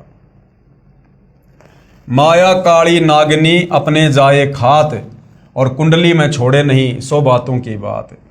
इसी प्रकार ये काल बलि का जाल है, इस काल का जाल है। निरंजन तक की भक्ति पूरे संत से नाम लेकर करेंगे तो भी इस निरंजन की कुंडली 21 ब्रह्मांड से बाहर नहीं निकल सकते। अगर आप सतगुरु रामपाल जी से केवल इस काल तक की भक्ति लेकर भक्ति करोगे, केवल ओम नाम की भक्ति करोगे, प्रथम मंत्र लोगे, तो भी आप इसके जन्म और मरण के चक्कर से बाहर नहीं निकल सकते। हाँ, यदि आपने सतगुरु रामपाल जी से, तत्वदर्शी संत से अगर भक्ति का पूरा कोर्स ले लिया, प्रथम मंत्र प्राप्त कर लिया जिसमें काल ब्रह्मा विष्णु महेश और दुर्गा सबके मंत्र हैं, उसके बाद यदि आपने शतनाम भी प्राप्त कर लिया और तीसरा मंत्र सार नाम प्राप्त कर लिया और फिर सार शब्द आपको प्राप्त हुआ, तो आप इस काल के अरहट के कुएं से, जन्म मरण के चक्कर से बाहर निकल सकते हैं। स्वयं ब्रह्मा विष्णु महेश आदि माया शेरा वाली भी निरंजन की कुंडली में है, यानी ब्रह्मा विष्णु महेश को भी ये काल बलि तपशिला पर भून भून के खाता है। ये बेचारे अवतार धार कर आते हैं और जन्म मृत्यु का चक्कर काटते रहते हैं। इसलिए विचार करें, सोहम जाप जो कि ध्रुव और प्रहलाद व सुखदेव ऋषि ने जपा, वह भी पार नहीं हुए, क्योंकि श्री विष्णु पुराण के प्रथम अंश के अध्याय 12 के श्लोक नंबर 93 में पेज नंबर 51 पर लिखा है कि ध्रुव केवल एक कल्प अर्थात 1000 चतुर्युग तक ही मुक्त है, इसलिए काल लोक में ही रहे तथा ओम नमः भागवते वासुदेवाय मंत्र का जाप करने वाले भगत भी श्री कृष्ण तक की भक्ति कर रहे हैं, वे भी 84 लाख योनियों के चक्कर काटने से नहीं बच सकते। यह परम पूज्य कबीर साहिब जी व आदरणीय गरीबदास साहिब जी महाराज की वाणी प्रत्यक्ष प्रमाण देती है। कहने का मतलब भाई और बहनों, आदरणीय गरीबदास जी महाराज जी ने भी बिल्कुल क्लियर कर दिया है कि भैया जब तक आपको तत्वदर्शी संत नहीं मिलता है, और तत्वदर्शी संत की भूमिका निभाने के लिए कबीर परमात्मा सत्य पुरुष सतलोक से चलकर खुद ही आते हैं, और जब आप तत्वदर्शी संत की शरण में आ जाओगे, उनके बताए अनुसार उनसे उपदेश प्राप्त करके मर्यादा में रहकर आजीवन भक्ति करोगे, तब कहीं जाकर आप इस काल के 21 ब्रह्मांड से, इस जेल से निकलकर अमरधाम सचखंड सतलोक में जा सकते हो।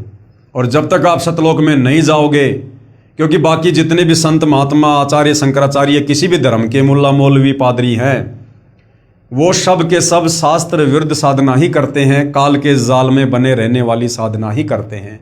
उनकी भक्ति साधना में आप चाहे कितना जप कर लो, कितने मंत्र जाप कर लो, कितना दान धर्म कर लो, कितने ही भंडारे कर लो, कितना ही कुछ कर लो, आप काल के जाल में ही रहोगे। अनंत कोटि अवतार हैं माया के गोविंद, करता हो अवतरे बहुर पड़े जग फंद। अनंत कोटि अवतार हैं, यानी ब्रह्मा विष्णु महेश के करोड़ों अवतार हो चुके हैं। ये सब माया के गोविंद हैं, यानी माया के अधीन है, इस दुर्गा और काल के अधीन है। और करता हो अवतरे रामकृष्ण रूप में, ये यहाँ पर जो है ये करतार बन के आते हैं, भगवान बन के, और अंत में इनकी दुर्गति होती है, बहुर पड़े जमफंद, वापस फिर ये काल के जाल में फंसे रहते हैं। जिस प्रकार त्रेता युग में श्री रामचंद्र जी की अंत में कैसे मृत्यु हुई, वो इतने दुखी हो गए, इतने दुखी हो गए, उनकी पत्नी धरती में समा गई, उनके बच्चे उनके विरोधी हो गए, और अंत में श्री रामचंद्र जी ने सरयू नदी में आत्महत्या करनी पड़ी, जिसको हम समाधि कहते हैं कि जिंदा समाधि ले ली, जल समाधि ले ली। उन्होंने अंत में आत्महत्या करनी पड़ी दुखी होकर। तो ये काल बलि इस प्रकार से इन अवतारों की दुर्गति करता है। द्वापर युग में श्री कृष्ण जी आए, आजीवन लड़ाई झगड़ों में रहे, उनकी आंखों के सामने महाभारत हो गया, उनके रिश्तेदार मर गए, करोड़ों लोग मरे, 56 करोड़ यादव दुर्वासा के श्राप के कारण मर गए, और उसी श्राप के चलते अंत में श्री कृष्ण जी का भी अंत हुआ। बालिया नाम की शिकारी ने उनके पैर में जहरीला तीर मारा, तड़प तड़प कर उनकी मृत्यु हुई। तो ये काल अपने पुत्रों को और अवतारों को भी नहीं बख्शता है। सत्य पुरुष कबीर साहिब जी की भक्ति से ही जीव मुक्त हो सकता है। यानी ये जीव काल के 21 ब्रह्मांड से कैसे मुक्त होगा? सत्य पुरुष कबीर साहिब जी की भक्ति से। सत्य पुरुष कबीर साहिब जी की भक्ति से। और सत्य पुरुष कबीर साहिब जी की भक्ति कौन बताता है? तत्वदर्शी संत। और वर्तमान में वह तत्वदर्शी संत कौन है? सतगुरु रामपाल जी। तो सतगुरु रामपाल जी से उपदेश लेकर भक्ति करने से ही काल से जीव की मुक्ति हो सकती है। 21 ब्रह्मांड से जीव बाहर निकल सकता है। दूसरा कोई विकल्प, कोई तरीका नहीं है। जब तक जीव सतलोक में वापस नहीं चला जाएगा, तब तक काल लोक में इसी तरह कर्म करेगा और की हुई नाम व दान धर्म की कमाई स्वर्ग रूपी होटलों में समाप्त करके वापस कर्म आधार से 84 लाख प्रकार के प्राणियों के शरीर में कष्ट उठाने वाले काल लोक में चक्कर काटता रहेगा। माया यानी दुर्गा से उत्पन्न होकर करोड़ों गोविंद यानी ब्रह्मा विष्णु शिव मर चुके हैं। भगवान का अवतार बनकर आए थे, फिर कर्म बंधन में बंध कर कर्मों को भोग कर 84 लाख योनियों में चले गए।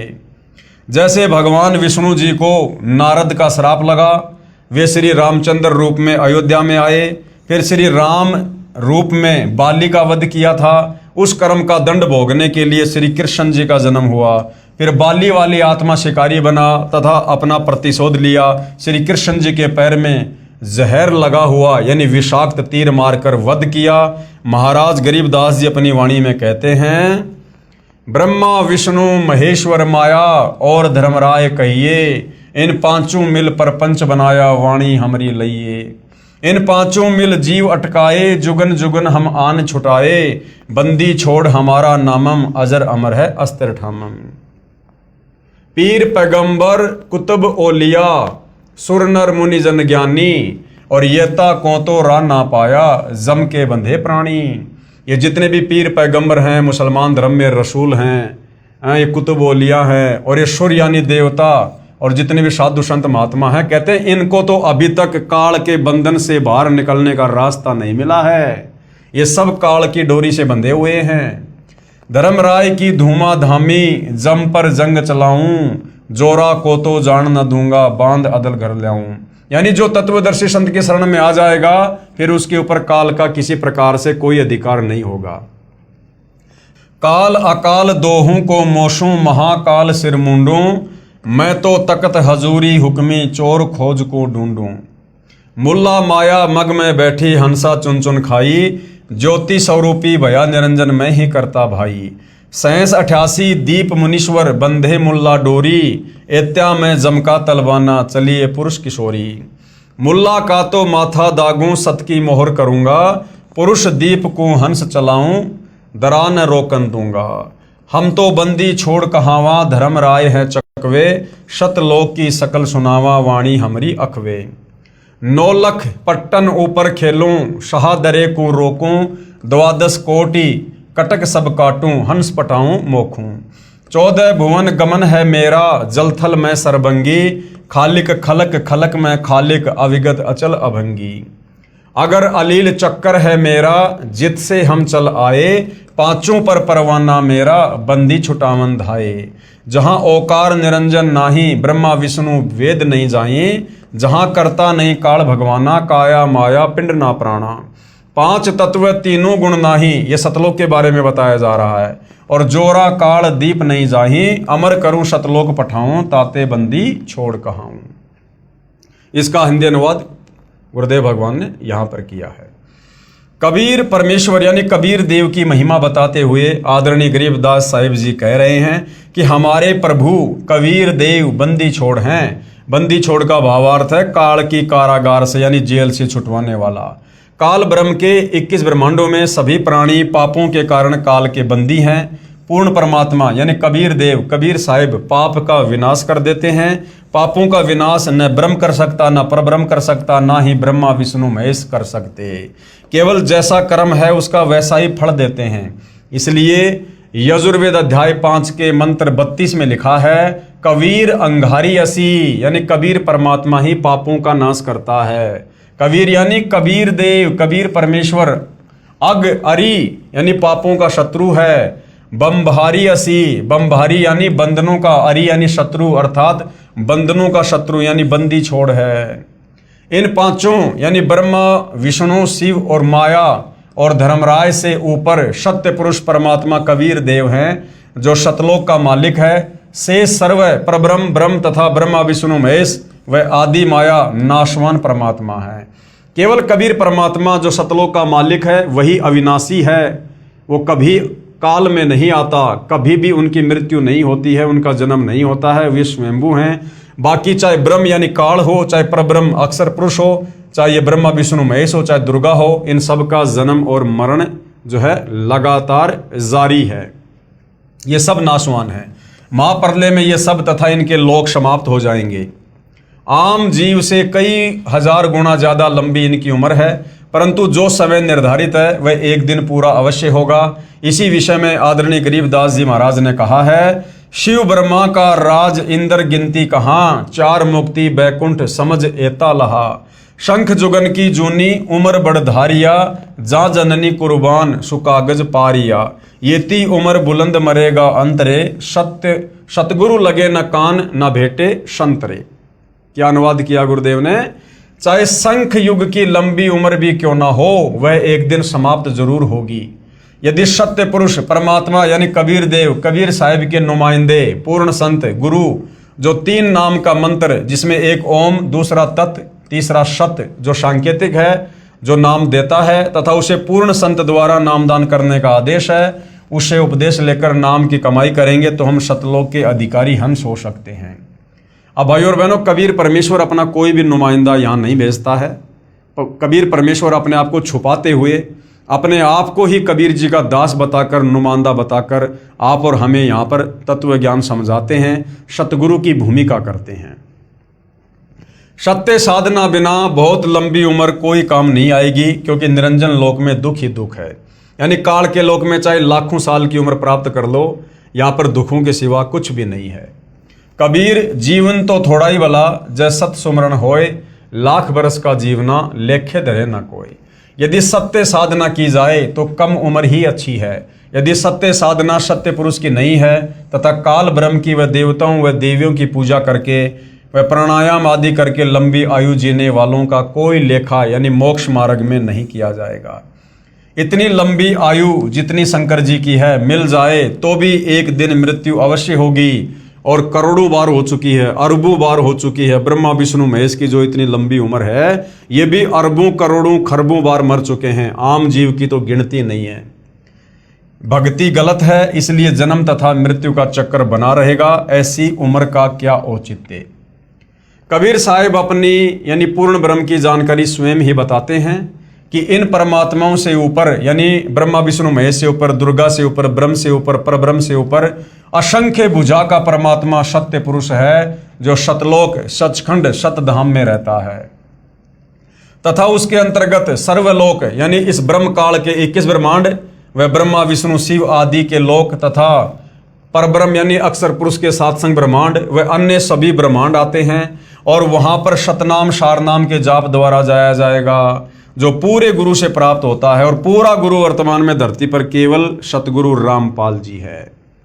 सचखंड यानी सतलोक में जो आत्मा चली जाती है उसका पुनर्जन्म नहीं होता, यानी वो आत्मा फिर वापस काल के लोक में नहीं आती है, और ना सतलोक में कभी वो मृत्यु में आती है। केवल एक बार जन्म होता है, उसके बाद फिर मृत्यु कभी नहीं होती है। सत्य पुरुष यानी पूर्ण ब्रह्म कबीर साहिब कबीर देव ही अन्य लोकों में स्वयं ही भिन्न भिन्न नामों से विराजमान है। जैसे अलख लोक में अलख पुरुष, अगम लोक में अगम पुरुष और अकय लोक में अनामी पुरुष रूप में विराजमान हैं। ये तो उपमात्मक नाम है, परंतु वास्तविक नाम उस पूर्ण पुरुष का कबीर देव, भाषा भिन्न होकर कबीर साहिब है। अब भाइयों और बहनों, सिख धर्म के प्रवर्तक आदरणीय नानक जी की वाणी में भी सृष्टि रचना का संकेत है, प्रमाण है। आदरणीय नानक जी की वाणी में सृष्टि रचना का प्रमाण। हम यहाँ पर नानक जी के नाम के आगे साहिब शब्द का यूज नहीं कर सकते, क्योंकि वर्तमान में भाइयों और बहनों कलयुग की बिचली पीढ़ी है, मोक्ष का प्राइम टाइम है। हालांकि नानक जी की भूमिका कबीर परमात्मा ने की थी, लेकिन हम वर्तमान में चूंकि कलयुग की बिचली पीढ़ी में हमने सतगुरु रामपाल जी को सतगुरु धारण कर लिया है, और हमारे लिए हमारे सतगुरु से बढ़कर फिर और कोई साहिब नहीं है। यदि हमने किसी और में साहिब देखा, किसी और को साहिब माना, तो फिर हम पतिव्रता पद से नीचे गिर जाते हैं। आदरणीय नानक जी की वाणी में सृष्टि रचना का संकेत है। श्री नानक जी की अमृतवाणी महला 1 राग बिलावलू अंश 1 गुरु ग्रंथ साहिब पेज नंबर 839। आपे सचू किया कर जोड़ी, अंडज फोड़ी जोड़ी बिछोड़, धरती आकाश किए बैसन कहूँ थाऊं, राती दिन तू किए भऊ भाऊ। ये पंजाबी है जो हिंदी में लिखी हुई है। जिन किए करी वेखण हारा, तृतीया यानी तीनों, ब्रह्मा विष्णु महेशा, देवी देव उपाय वैशा, पौन पानी अग्नि विसराऊं, ताही निरंजन साचो नाऊं, तिसु मही मनवा रहिया लिव लाई, पर्णवती नानकू काड़ू न खाई। उपरोक्त अमृतवाणी का भावार्थ है कि सच्चे परमात्मा सत्य पुरुष ने स्वयं ही अपने हाथों से सर्व सृष्टि की रचना की, यानी अपने वचन से, अपने शब्द से। उसी ने अंडा बनाया, फिर फोड़ा तथा उसमें से ज्योति निरंजन निकला। यानी सिख धर्म के प्रवर्तक नानक जी की वाणी में भी, गुरु ग्रंथ साहिब में भी सृष्टि रचना का प्रमाण है कि ज्योति निरंजन यानी काल की उत्पत्ति सतलोक में कैसे हुई। कबीर परमात्मा ने वो अंडा बनाया, उसमें आत्मा प्रवेश करी, अक्षर पुरुष को जगाने के लिए जल में अंडा छोड़ा, अंडा 2 भाग हुआ, उसमें से जो आत्मा निकली, नानक जी कह रहे हैं वो कौन था? वो ज्योति निरंजन था, वो काल था। उसी पूर्ण परमात्मा ने सर्व प्राणियों के रहने के लिए धरती, आकाश, पवन, पानी आदि 5 तत्व रचे। अपने द्वारा रची सृष्टि का स्वयं ही साक्षी है, दूसरा कोई सही जानकारी नहीं दे सकता। यानी कबीर परमात्मा अपने द्वारा रची गई सृष्टि का खुद ही साक्षी है, क्योंकि सर्वप्रथम परमात्मा अकेले ही थे और वे स्वयं ही यहाँ इस पृथ्वी लोक पर आकर सृष्टि रचना की यथार्थ जानकारी देते हैं। तो तत्वदर्शी संत के रूप में खुद कबीर परमात्मा ही धरती पर आते हैं। फिर अंडे के फूटने से निकले निरंजन के बाद तीनों श्री ब्रह्मा जी, श्री विष्णु जी तथा श्री शिव जी की उत्पत्ति हुई, तथा अन्य देवी देवता उत्पन्न हुए, तथा अनगणित जीवों की उत्पत्ति हुई। उसके बाद अन्य देवों के जीवन चरित्र तथा अन्य ऋषियों के अनुभव के 6 शास्त्र तथा 18 पुराण बन गए। पूर्ण परमात्मा के सच्चे नाम यानी सतनाम की साधना अनन्य मन से करने से तथा गुरु मर्यादा में रहने वाले को श्री नानक जी कह रहे हैं कि काल नहीं खाता, यानी उसका मोक्ष हो जाता है। राग मारू अंश अमृतवाणी महला 1 गुरु ग्रंथ साहिब पेज नंबर 1037। सुनहु ब्रह्मा विष्णु महेशु उपाये, सुने वर्ते जुग सपाए, ईसु पद विचारे सो जनपुरा, तिस मिलिए भरमु चुकाईदा, शाम वेदु ऋगु जुजरु अर्थर बणु, ब्रह्म में मुख माया है त्रैगुण, ताकि कीमत कहीं न सके, को त्यों बोले ज्यों बुलाईदा। क्या अनुवाद किया है गुरुदेव ने? उपरोक्त अमृतवाणी का सारांश है कि जो संत पूर्ण सृष्टि रचना सुना देगा तथा बताएगा कि अंडे के 2 भाग होकर कौन निकला, जिसने फिर ब्रह्मलोक की सुन में अर्थात गुप्त स्थान पर ब्रह्मा विष्णु शिव जी की उत्पत्ति की, तथा वह परमात्मा कौन है जिसने ब्रह्म यानी काल के मुख से 4 वेदों पवित्र ऋग्वेद, यजुर्वेद, सामवेद, अर्थर्वेद को उच्चारण करवाया, वह पूर्ण परमात्मा जैसा चाहे वैसा ही प्रत्येक प्राणी से बुलवाता है। इस सर्व ज्ञान को पूर्ण बताने वाला संत मिल जाए तो उसके पास जाइए, तथा जो सभी शंकाओं का पूर्ण निवारण करता है वही पूर्ण संत अर्थात तत्वदर्शी है, जो वर्तमान में सतगुरु रामपाल जी हैं। आप अपनी किसी भी प्रकार की शंका का, जो भी आपको आध्यात्मिक शंका है, आप निसंकोच अपनी शंका का समाधान उनके सत्संग सुनकर, उनके द्वारा लिखी गई पुस्तकें पढ़ के कर सकते हैं। श्री गुरु ग्रंथ साहिब पेज नंबर 929 अमृतवाणी श्री नानक जी की, राग रामकली महला 1, दखनी ओंकार। ओंकारी ब्रह्म उत्पत्ति, ओंकारू किया जिनिचित, ओंकारी शैल जुग भये, ओंकारी वेद निर्मय, ओंकारी शब्दी उदरे, ओंकारी गुरु मुखितरे, ओनम अक्षर सुनहु विचारू, ओनम अखरू त्रिभुवन सारू। क्या अनुवाद किया है गुरुदेव ने? उपरोक्त अमृतवाणी में श्री नानक जी कह रहे हैं कि ओंकार अर्थात ज्योति निरंजन काल से ब्रह्मा जी की उत्पत्ति हुई। कई युगों मस्ती मारकर ओंकार यानी ब्रह्म ने वेदों की उत्पत्ति की, जो ब्रह्मा जी को प्राप्त हुए। 3 लोक की भक्ति का केवल एक ओम मंत्र ही वास्तव में जाप करने का है। इस ओम शब्द को पूरे संत से उपदेश लेकर अर्थात गुरु धारण करके जाप करने से उद्धार होता है। विशेष श्री नानक जी ने तीनों मंत्रों ओम प्लस तत् सत का स्थान स्थान पर रहस्यात्मक विवरण दिया है। उसको केवल पूर्ण संत तत्वदर्शी संत ही समझ सकता है। यानी सतगुरु रामपाल जी ने ही गुरु ग्रंथ साहिब को देख कर पढ़कर और सिख भाइयों को समझाया है, अन्य भगत समाज को समझाया है कि आदरणीय नानक जी के द्वारा जो वाणियाँ बोली गई हैं, जो आगे चलकर गुरु ग्रंथ साहिब के रूप में लिपिबद्ध की गई हैं, उनमें सृष्टि रचना का ज्यों का त्यों प्रमाण है। उसको केवल पूर्ण संत तत्वदर्शी संत ही समझ सकता है, तथा तीनों मंत्रों के जाप को उपदेशी को समझाया जाता है। Guru Granth Sahib page number 1038। उत्तम सतगुरु पुरुष निराले, शब्दी रते हरि रस मतवाले, रिद्धि बुद्धि सिद्धि ज्ञान गुरु ते पाइये, पूरे भाग मिलाइदा, सतगुरु ते पाए बिचारा, सुन समाधि सचे घर बारा, नानक निर्मल नादू शब्द धुनि, सचू रामे नामी समाइदा। क्या अनुवाद किया गुरुदेव ने? उपरोक्त अमृतवाणी का भावार्थ है कि वास्तविक ज्ञान देने वाले सतगुरु तो निराले ही हैं।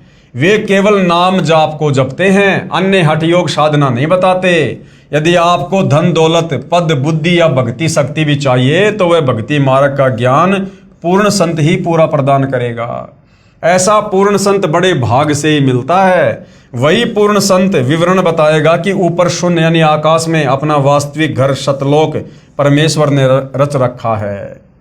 उसमें एक वास्तविक सार नाम की धुन आवाज हो रही है। उस आनंद में अविनाशी परमेश्वर के सार शब्द से समाया जाता है, अर्थात उस वास्तविक सुखदायी स्थान में वास हो सकता है, अन्य नामों तथा अधूरे गुरुओं से नहीं हो सकता। आंशिक अमृतवाणी महला पहला श्री गुरु ग्रंथ साहिब पेज नंबर 359 और 360।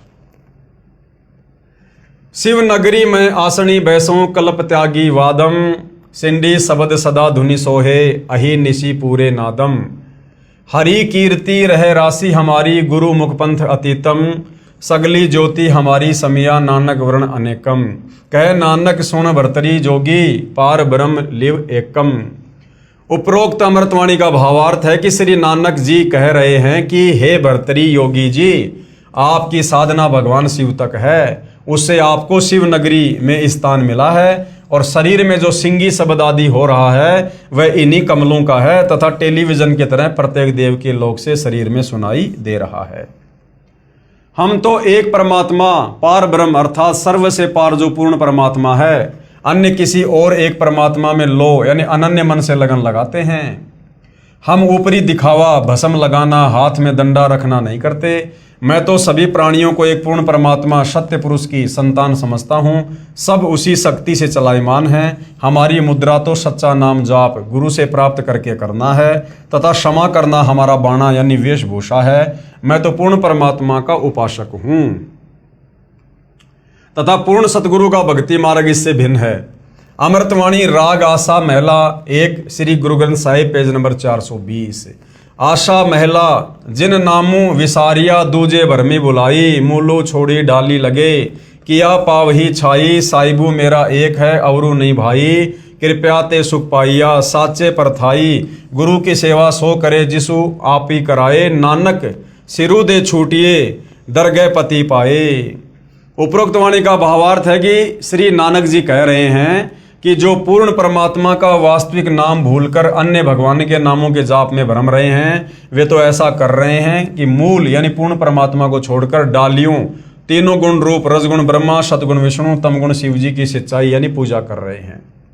उस साधना से कोई सुख नहीं हो सकता, अर्थात पौधा सूख जाएगा तो छाया में नहीं बैठ पाओगे। भावार्थ है कि शास्त्र विधि रहित साधना करने से व्यर्थ प्रयत्न है, कोई लाभ नहीं। इसी का प्रमाण पवित्र गीता अध्याय 16 श्लोक 23-24 में भी है।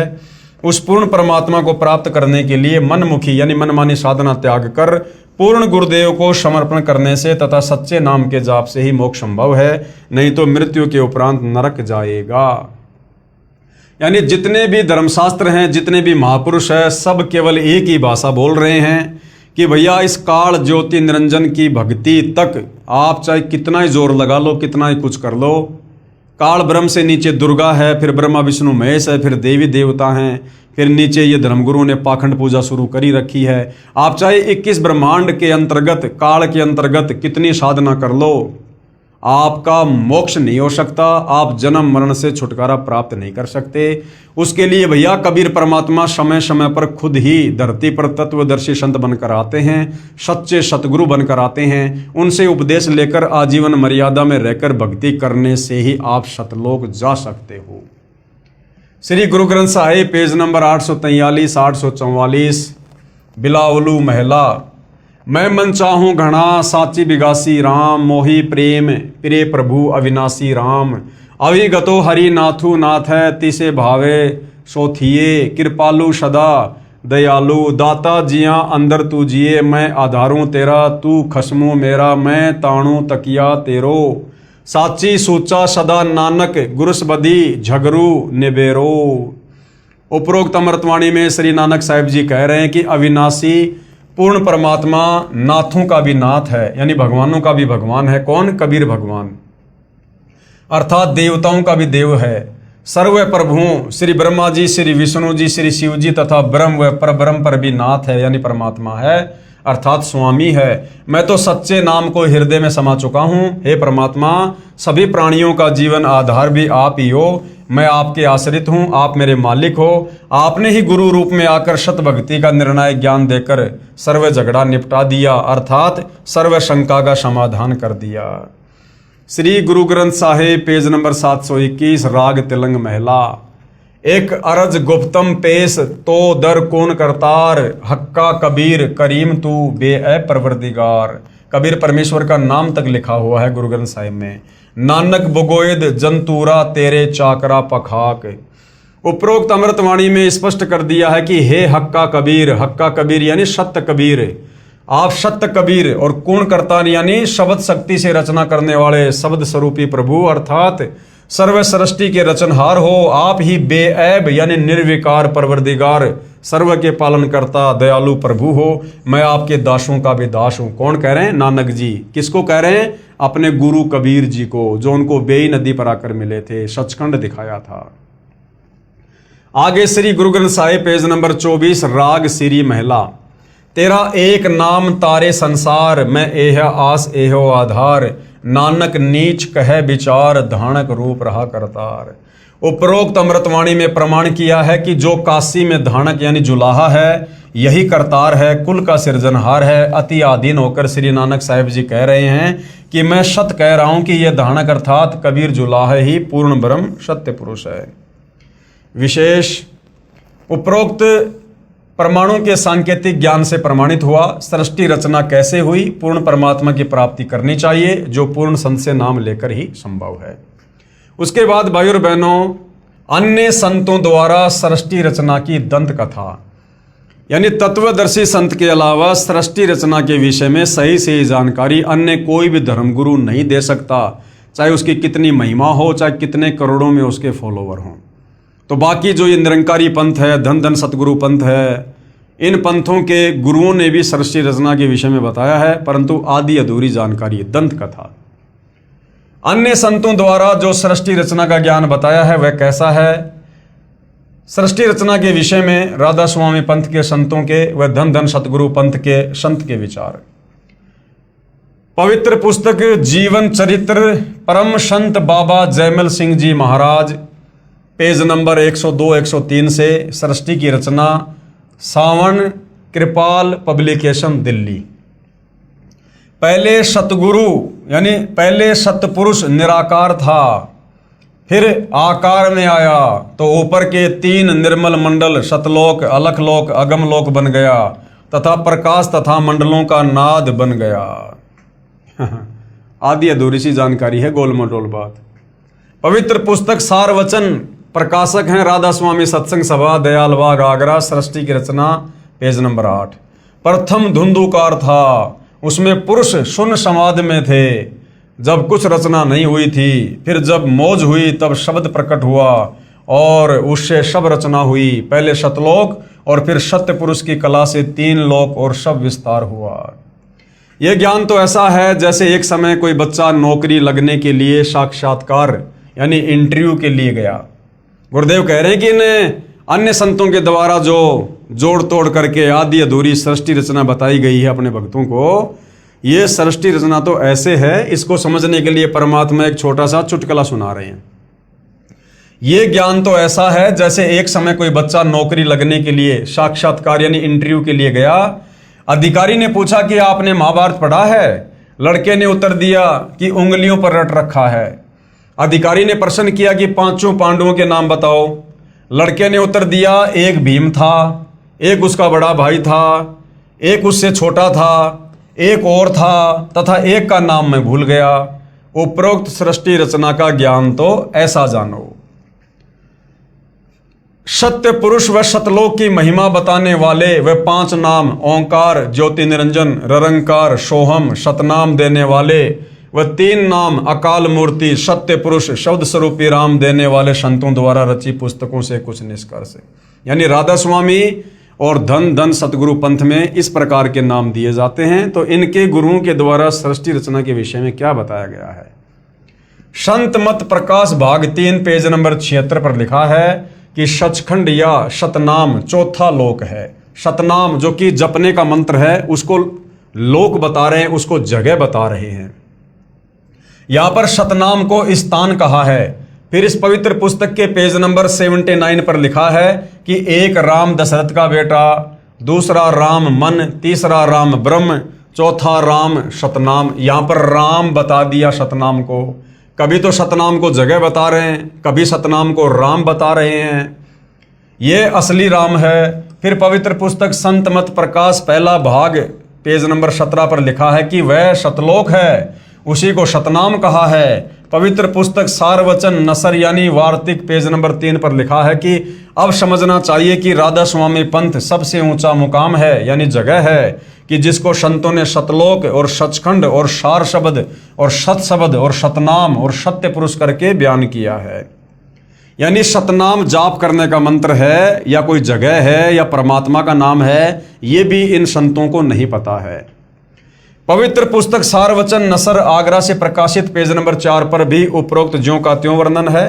पवित्र पुस्तक सचखंड की सड़क पेज नंबर 226 संतों का देश सचखंड या सतलोक है, उसी को सतनाम सतशब्द सार शब्द कहा जाता है। विशेष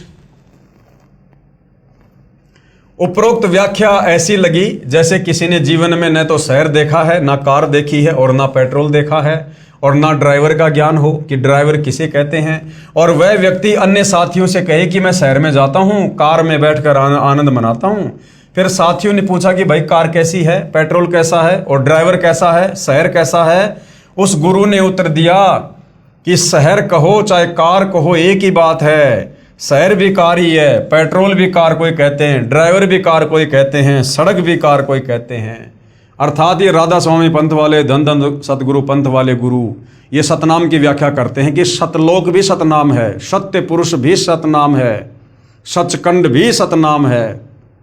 मतलब इनको सृष्टि रचना के विषय में 1% भी ज्ञान नहीं है कि सृष्टि रचना वास्तव में है क्या। केवल जोड़ तोड़ करके कबीर परमेश्वर की वाणियों को ना समझकर कहीं का ईंट कहीं का रोड़ा उठाकर इन्होंने इस प्रकार की सृष्टि रचना बनाई हुई है। आओ विचार करें। सत्य पुरुष तो पूर्ण परमात्मा है। सत्य पुरुष कौन है? पूर्ण परमात्मा। कौन? कबीर साहिब। और सतनाम क्या है? सतनाम वह दो मंत्र का नाम है, जिसमें एक मंत्र ओम है और दूसरा है तत्, जो सांकेतिक है। तथा इसके बाद सारनाम भगत को पूर्ण गुरु द्वारा दिया जाता है। ये सतनाम तथा सारनाम दोनों सुमरण करने के नाम हैं। सतलोक वह स्थान है जहां सत्य पुरुष रहता है। पुण्य आत्माएं स्वयं निर्णय करें तथा सत्य असत्य का। तो भाई और बहनों, इस पवित्र पुस्तक ज्ञान गंगा के ऊपर जो सृष्टि रचना को समझाने के लिए वीडियो बन रहे हैं, तो सृष्टि रचना यहाँ पर समाप्त हो जाती है। हमें पूज्य गुरुदेव भगवान परमेश्वर रामपाल जी ने इस पवित्र पुस्तक ज्ञान गंगा में सृष्टि रचना का कंप्लीट ज्ञान दे दिया है कि भैया कबीर परमात्मा कौन थे, ऊपर के चार लोक परमात्मा ने कैसे रचे, किस प्रकार से रचे, फिर परमेश्वर ने किस प्रकार से नीचे की सृष्टि की रचना की, और किस प्रकार से ये काल ब्रह्म, दुर्गा और ब्रह्मा विष्णु महेश के साथ मिलकर, और किस प्रकार से ये जीवों की उत्पत्ति कर रहे हैं। और हम जीवों की उत्पत्ति क्यों करते हैं? इस काल के भोजन के लिए करते हैं। हम यहाँ पर अपने कर्म का दंड भोग रहे हैं, जो गलती हमने सतलोक में की थी। और जब तक हम वापस सतलोक पहुंचाने वाली भक्ति नहीं करेंगे, और सतलोक पहुंचाने वाली भक्ति खुद सतलोक से चलकर कबीर परमात्मा तत्वदर्शी संत के रूप में खुद ही धरती पर प्रकट होकर समझाते हैं। और जब तक हम तत्वदर्शी संत के सत्संग नहीं सुनेंगे, उनकी शरण में नहीं आएंगे और मर्यादा में रहकर भक्ति नहीं करेंगे, हम इस काल बलि की जेल से, जन्म मरण के चक्कर से, लक 84 योनियों के कष्ट से बाहर नहीं निकल सकते। तो भाई और बहनों, आगे के ज्ञान को समझने के लिए, अध्यात्म को समझने के लिए, किसी भी धर्म के धर्म ग्रंथ को समझने के लिए, गीता, वेद, कुरान, पुराण, बाइबल को समझने के लिए हमने सृष्टि रचना का ज्ञान होना अति आवश्यक है, ताकि हम आगे के ज्ञान को बखूबी सरलता से समझ सकें। तो भाई और बहनों, सृष्टि रचना पूज्य गुरुदेव भगवान ने जो बताई है, जो लिखी है, वो सर्व धर्मों के सर्व धर्मशास्त्रों से प्रमाणित है। अब आगे ज्ञान गंगा पुस्तक में जो ज्ञान है, उसको जब हम सुनेंगे, देखेंगे, पढ़ेंगे, समझेंगे, तो हमारे मन में किसी प्रकार की कोई भी शंका उत्पन्न नहीं होनी चाहिए। इसलिए गुरुदेव ने पहले सृष्टि रचना हमें पूरी समझाई है। तो भाई और बहनों, आज के वीडियो में केवल इतना ही, और प्रार्थना करूंगा यदि आपको सतगुरुदेव जी का ज्ञान धीरे धीरे समझ में आ रहा है, तो आप जी YouTube पर गुरुदेव के सत्संग सुनिएगा और अतिशीघ्र उनसे नाम उपदेश लेकर अपनी आत्मा के कल्याण की दिशा में आगे बढ़िएगा। तो आज की वीडियो में भाई और बहनों केवल इतना ही। कल रात्रि 8:30 बजे हम फिर आगे बढ़ेंगे। तब तक पूज्य गुरुदेव भगवान हम सबको आज्ञा दे, सद्बुद्धि दे, हमारा मार्गदर्शन करे, हमें भ्रमने भटकने से बचाए। बंदी छोड़ सतगुरु रामपाल जी परमेश्वर जी की जय हो।